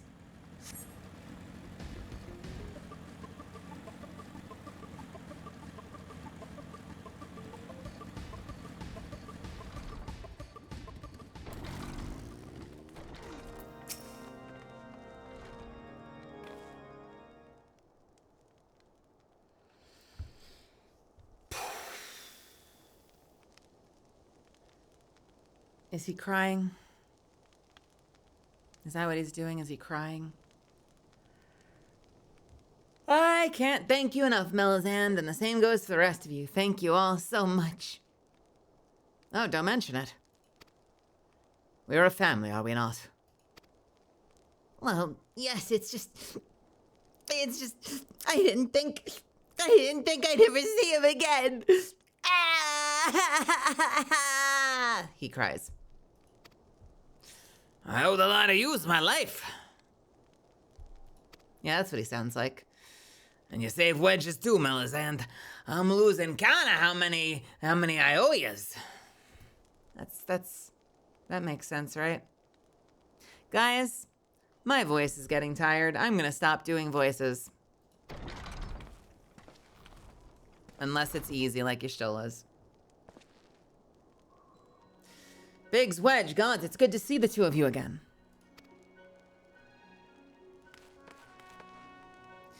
Chief, it's you. It's really you. In our hearts, we knew you were still alive, but to finally see you in the flesh, sniff.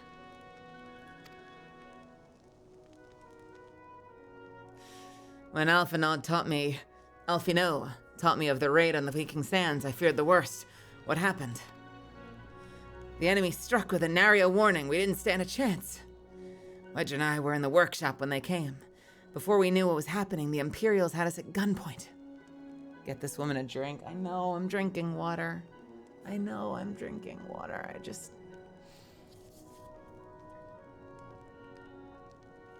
I've had really, early vocal fatigue the past couple of days. I think I've just been talking too much. So, it didn't help that on my day off. I usually spend my day off, silent in my room, drinking tea and relaxing. And I spent my whole day talking my head off at the Ren Fair yesterday. So I feel like my voice is still not fully recovered. Hey, Firestar Luna Moon, welcome to my channel. How's it going? Hello from Instagram. Let's go. I'm so glad you found me. Thanks for stopping in. Thanks for giving me a shot. You just missed. I was voicing all the characters, but now I'm tired. So I'm gonna be a little sleepy about it. I'm not yawning, you're yawning. Shut up.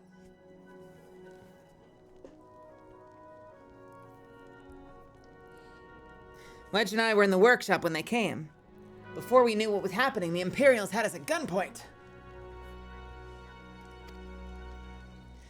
Must have been awful. There's one thing I don't understand, though. How did the Garleans get there so fast? I mean, the Immortal Flames should have seen them coming, right? I myself asked the same question. That day, when I returned to the carnage at the Waking Sands, I noted not a miss in horizon. Nothing at all to suggest the passing of an Imperial force. From this, I conclude that the Garleans came neither by land nor by air. Nay, they were born there by potent teleportation magics. Magic of the kind used by the Asians.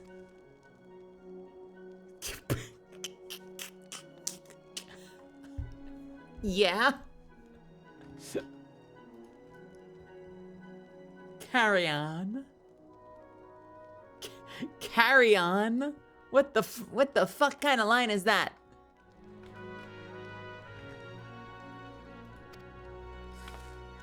We were bound and blindfolded, and not in a good way, and bundled into the cargo bay of a waiting airship. I can't rightly say how long we were aboard, but when the time came for us to disembark, we found ourselves in the midst of an Imperial stronghold, Castrum Sentry. Upon arrival, we were marched off into the main complex. Biggs and I were thrown into detainment cell together, while Minfilia and the others were taken elsewhere. That was the last we heard of them. Castrum Sentry.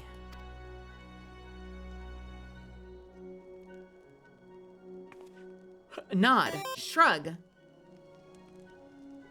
What happened next? Bro? Man, Sid is being such a good active listener, isn't he? He's being such a good active listener. Wowzers, what happened after that? Gee willikers. Well, we were held in isolation for what felt like years. It was probably moons, or maybe only weeks. And then without warning...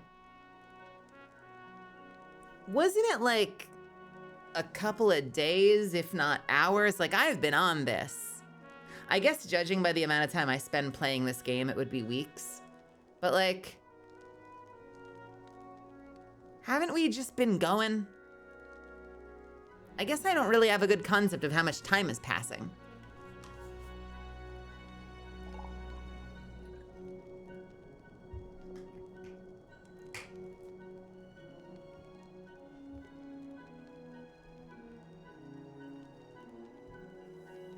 And then without warning, the Imperials collected the pair of us and put us on another vessel, which we found out was bound for Garlemald, much to our dread.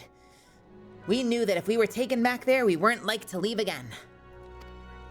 So risky though it was, we sabotaged the ship's altitude control and thereby forced an emergency landing. And in the midst of the ensuing chaos, we managed to slip our captors. The rest, as they say, is history.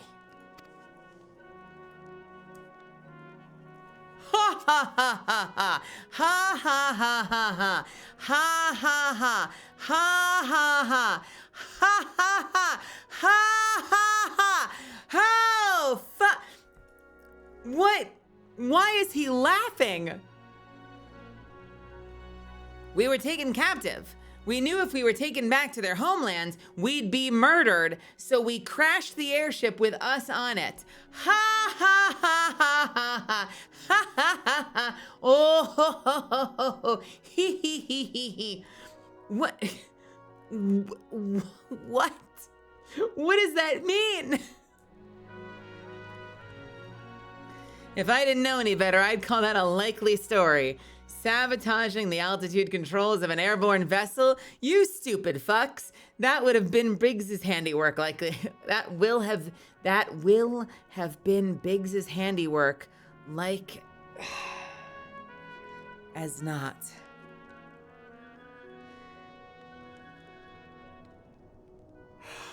Like as not. Like as not. Oh, the old English. That will have been Biggs's handiwork, like as not.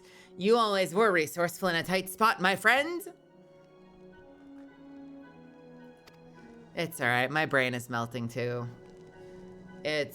My brain is also like oozing out my ears right now, handsome one.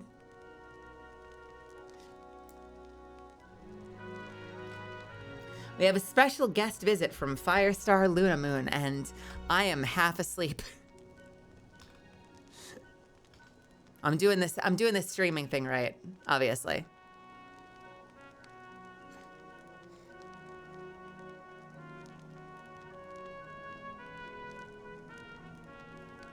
Melazan, thank you for returning my dear assistants to me. Wait, they were his assistants?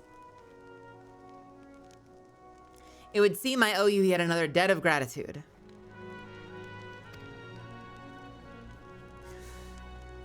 There are still many questions in my mind, but the answers can wait. Minfilia and the others still want for rescue.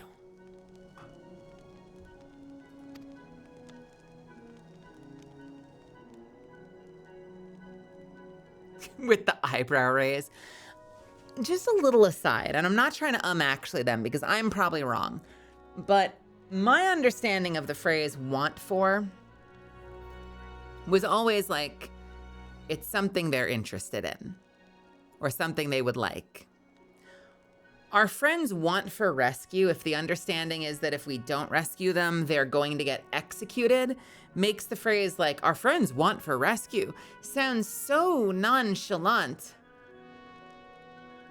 I don't know what a good replacement would be, but that's how my brain interprets that sentence. We probably should rescue our friends, you know, before they're gutted like a fish.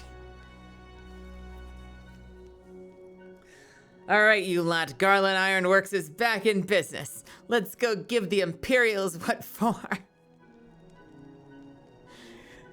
Like a fish. Yeah. Hurrah! Fish.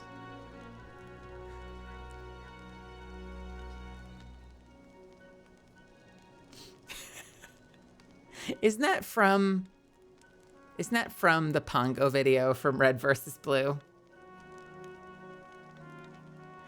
Pongo says watch your back or Pongo's gonna gut you like a fish. Like a fish. Ancient, archaic memes.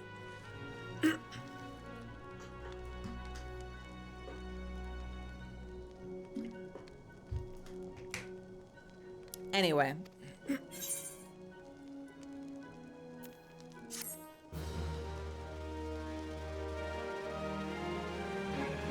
Petrified memes. There was a guy named Monty.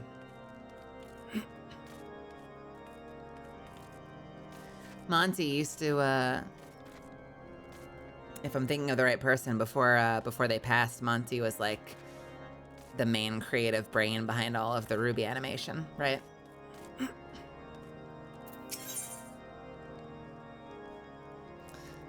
Come into my castrum.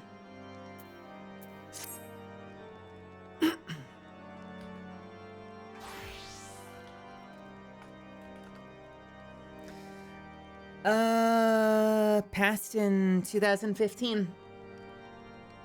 So, gosh, 11 years ago. That is insane. Time makes no sense.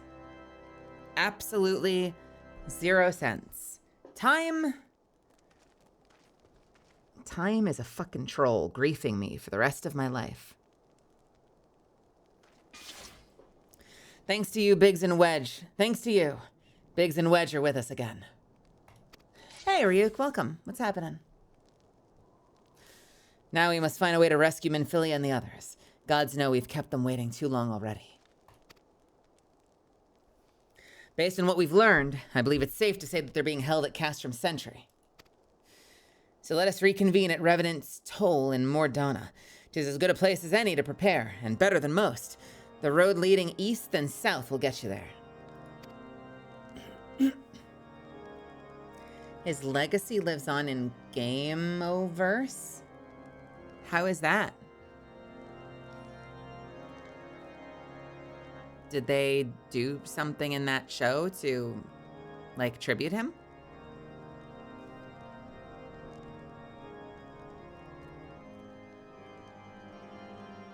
Because Rubber Ross. Oh. I don't know if I know that connection. Did Rubber Ross work for Rooster Teeth? I know the name Rubber Ross. I don't think I actually know who that is, though.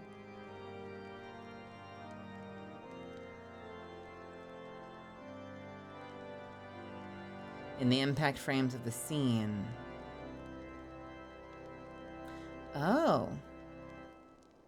Giwi's significant other. Oh, I didn't know that. Whoa, small world.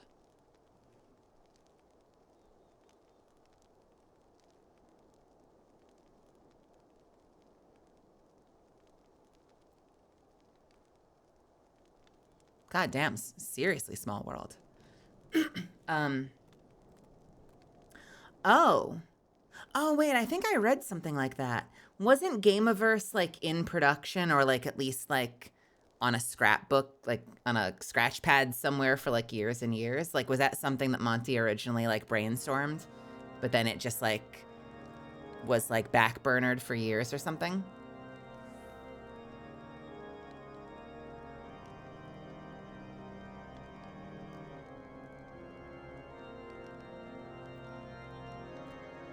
Well, I mean, if Monty was like part of the brains, like the brainchild of that series, then obviously it has to have been at least like in concept for a long time.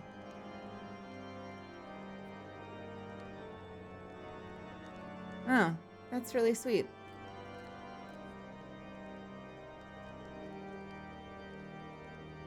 I'm curious, because I don't know anything about it, but I saw someone saying something about how, like, it's meant to homage, like, different gaming things, and, like, the characters represent different things, which, like, I've seen done in a handful of ways before.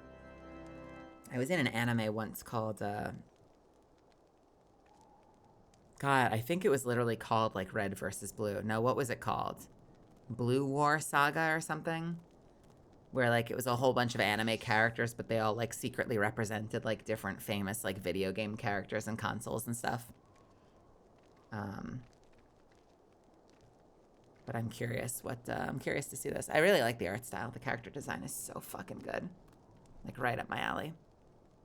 There were, like, 2 characters that looked the same, but all the other characters look great.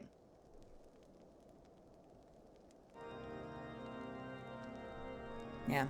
I'd probably be into it. I haven't actually, big secret confession time, I haven't actually watched, like, any of the glitch stuff through. I've seen episodes of a number of shows. Like, I've seen an episode of Knights of Guinevere. I've seen, like, maybe 2 of the episodes of Digital Circus. I've seen, like, 1 episode of Murder Drones.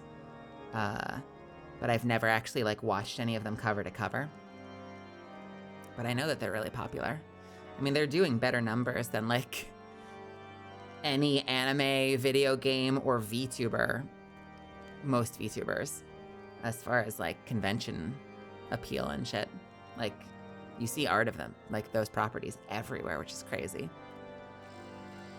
I've auditioned for 1 or 2 things for them. No, I've auditioned for 1 thing for them. And I email them once every handful of months to like remind them that I exist, because I think it would be cool to work on something with them. Because it does seem like they're putting out some really cool projects.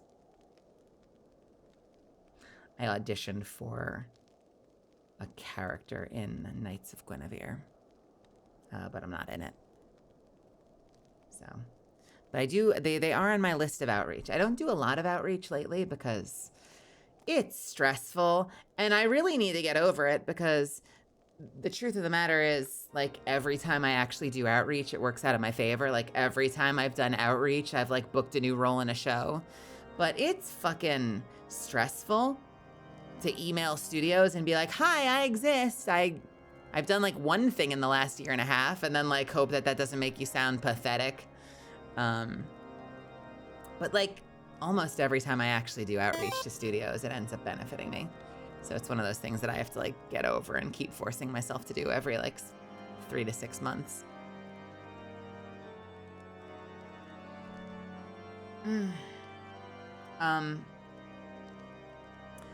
Guys, I've got to read this quest, but my voice is kind of like dying in real time. So I think even though I know that we're like under 4 hours, I might have to like wrap it after this, because I don't think I can talk anymore. Like it's going downhill like really, really, really fast. And I apologize. When we arrive, let us seek the advice of the local adventurers. We're bound to learn a thing or two that will benefit our mission.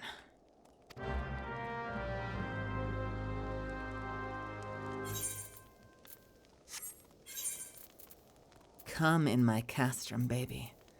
And we have to go to an area we've never been to before. Listen close, I'll be yelling from Canada.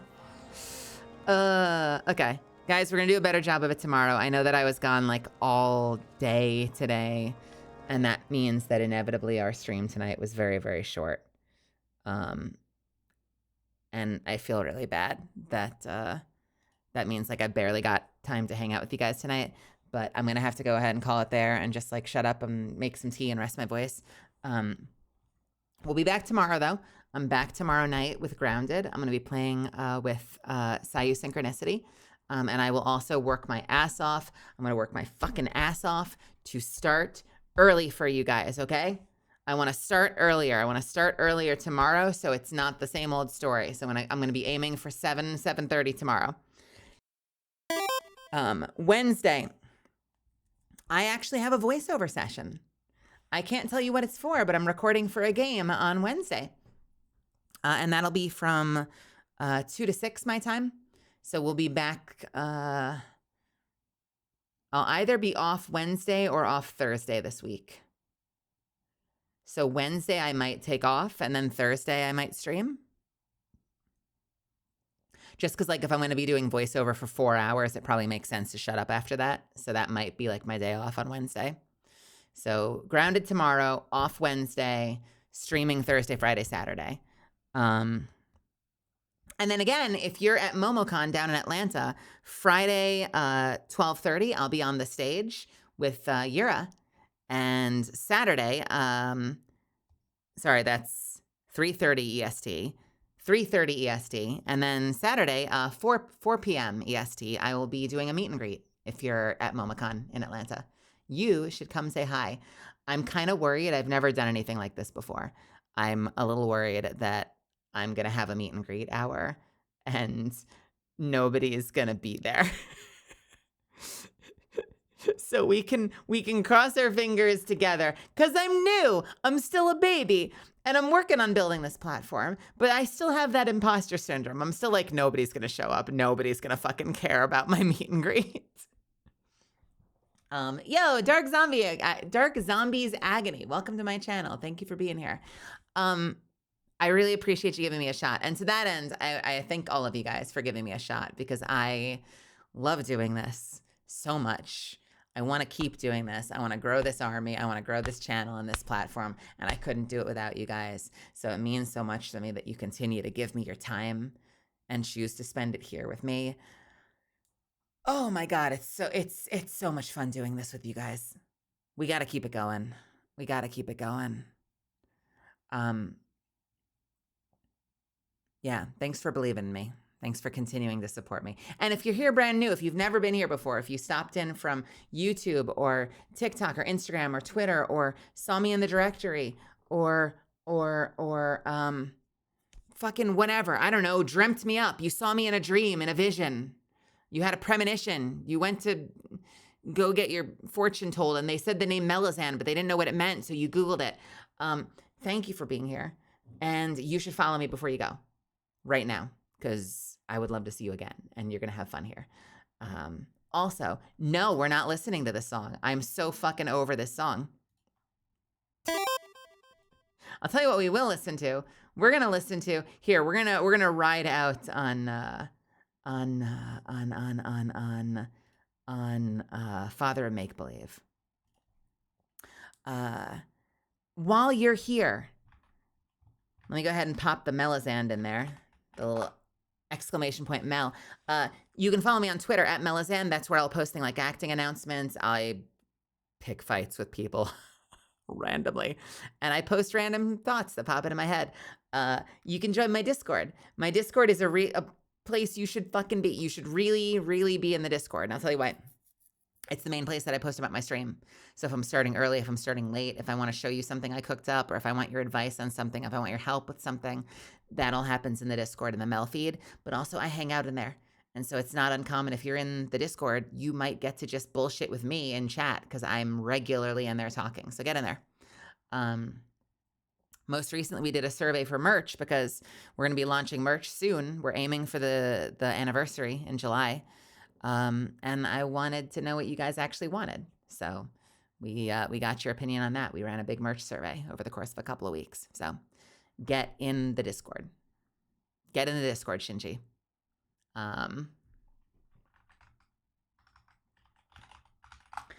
What else?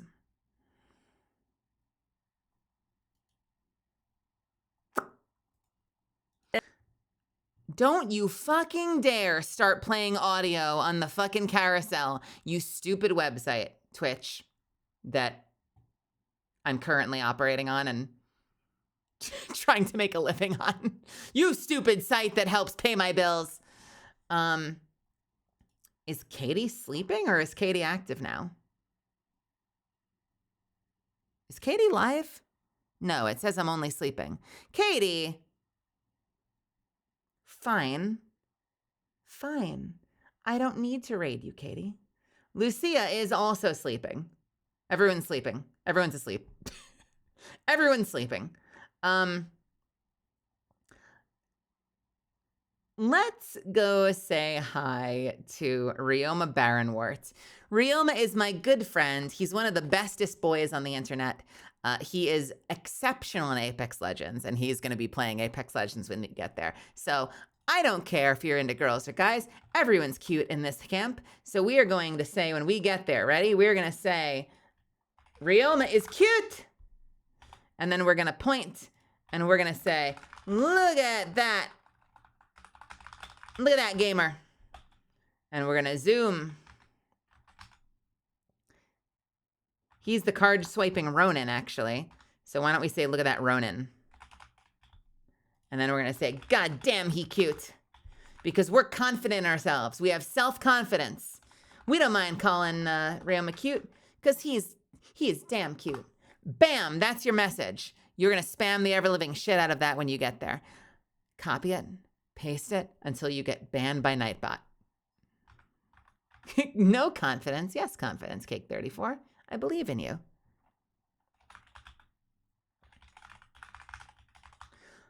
I'm going to start the raid right now. Guys, thank you so much again for being a part of this. Thank you for believing in me. Thanks for continuing to support me and everything that comes with that, whether you're enjoying the sound of my voice, you're keeping me company in chat, you're gifting, subs, sound alerts, bits, all of that. But most importantly, thank you for giving me your time. Have a wonderful rest of your night. Sleep well whenever you do. Stay awesome. I will see you when I see you. Get out of here.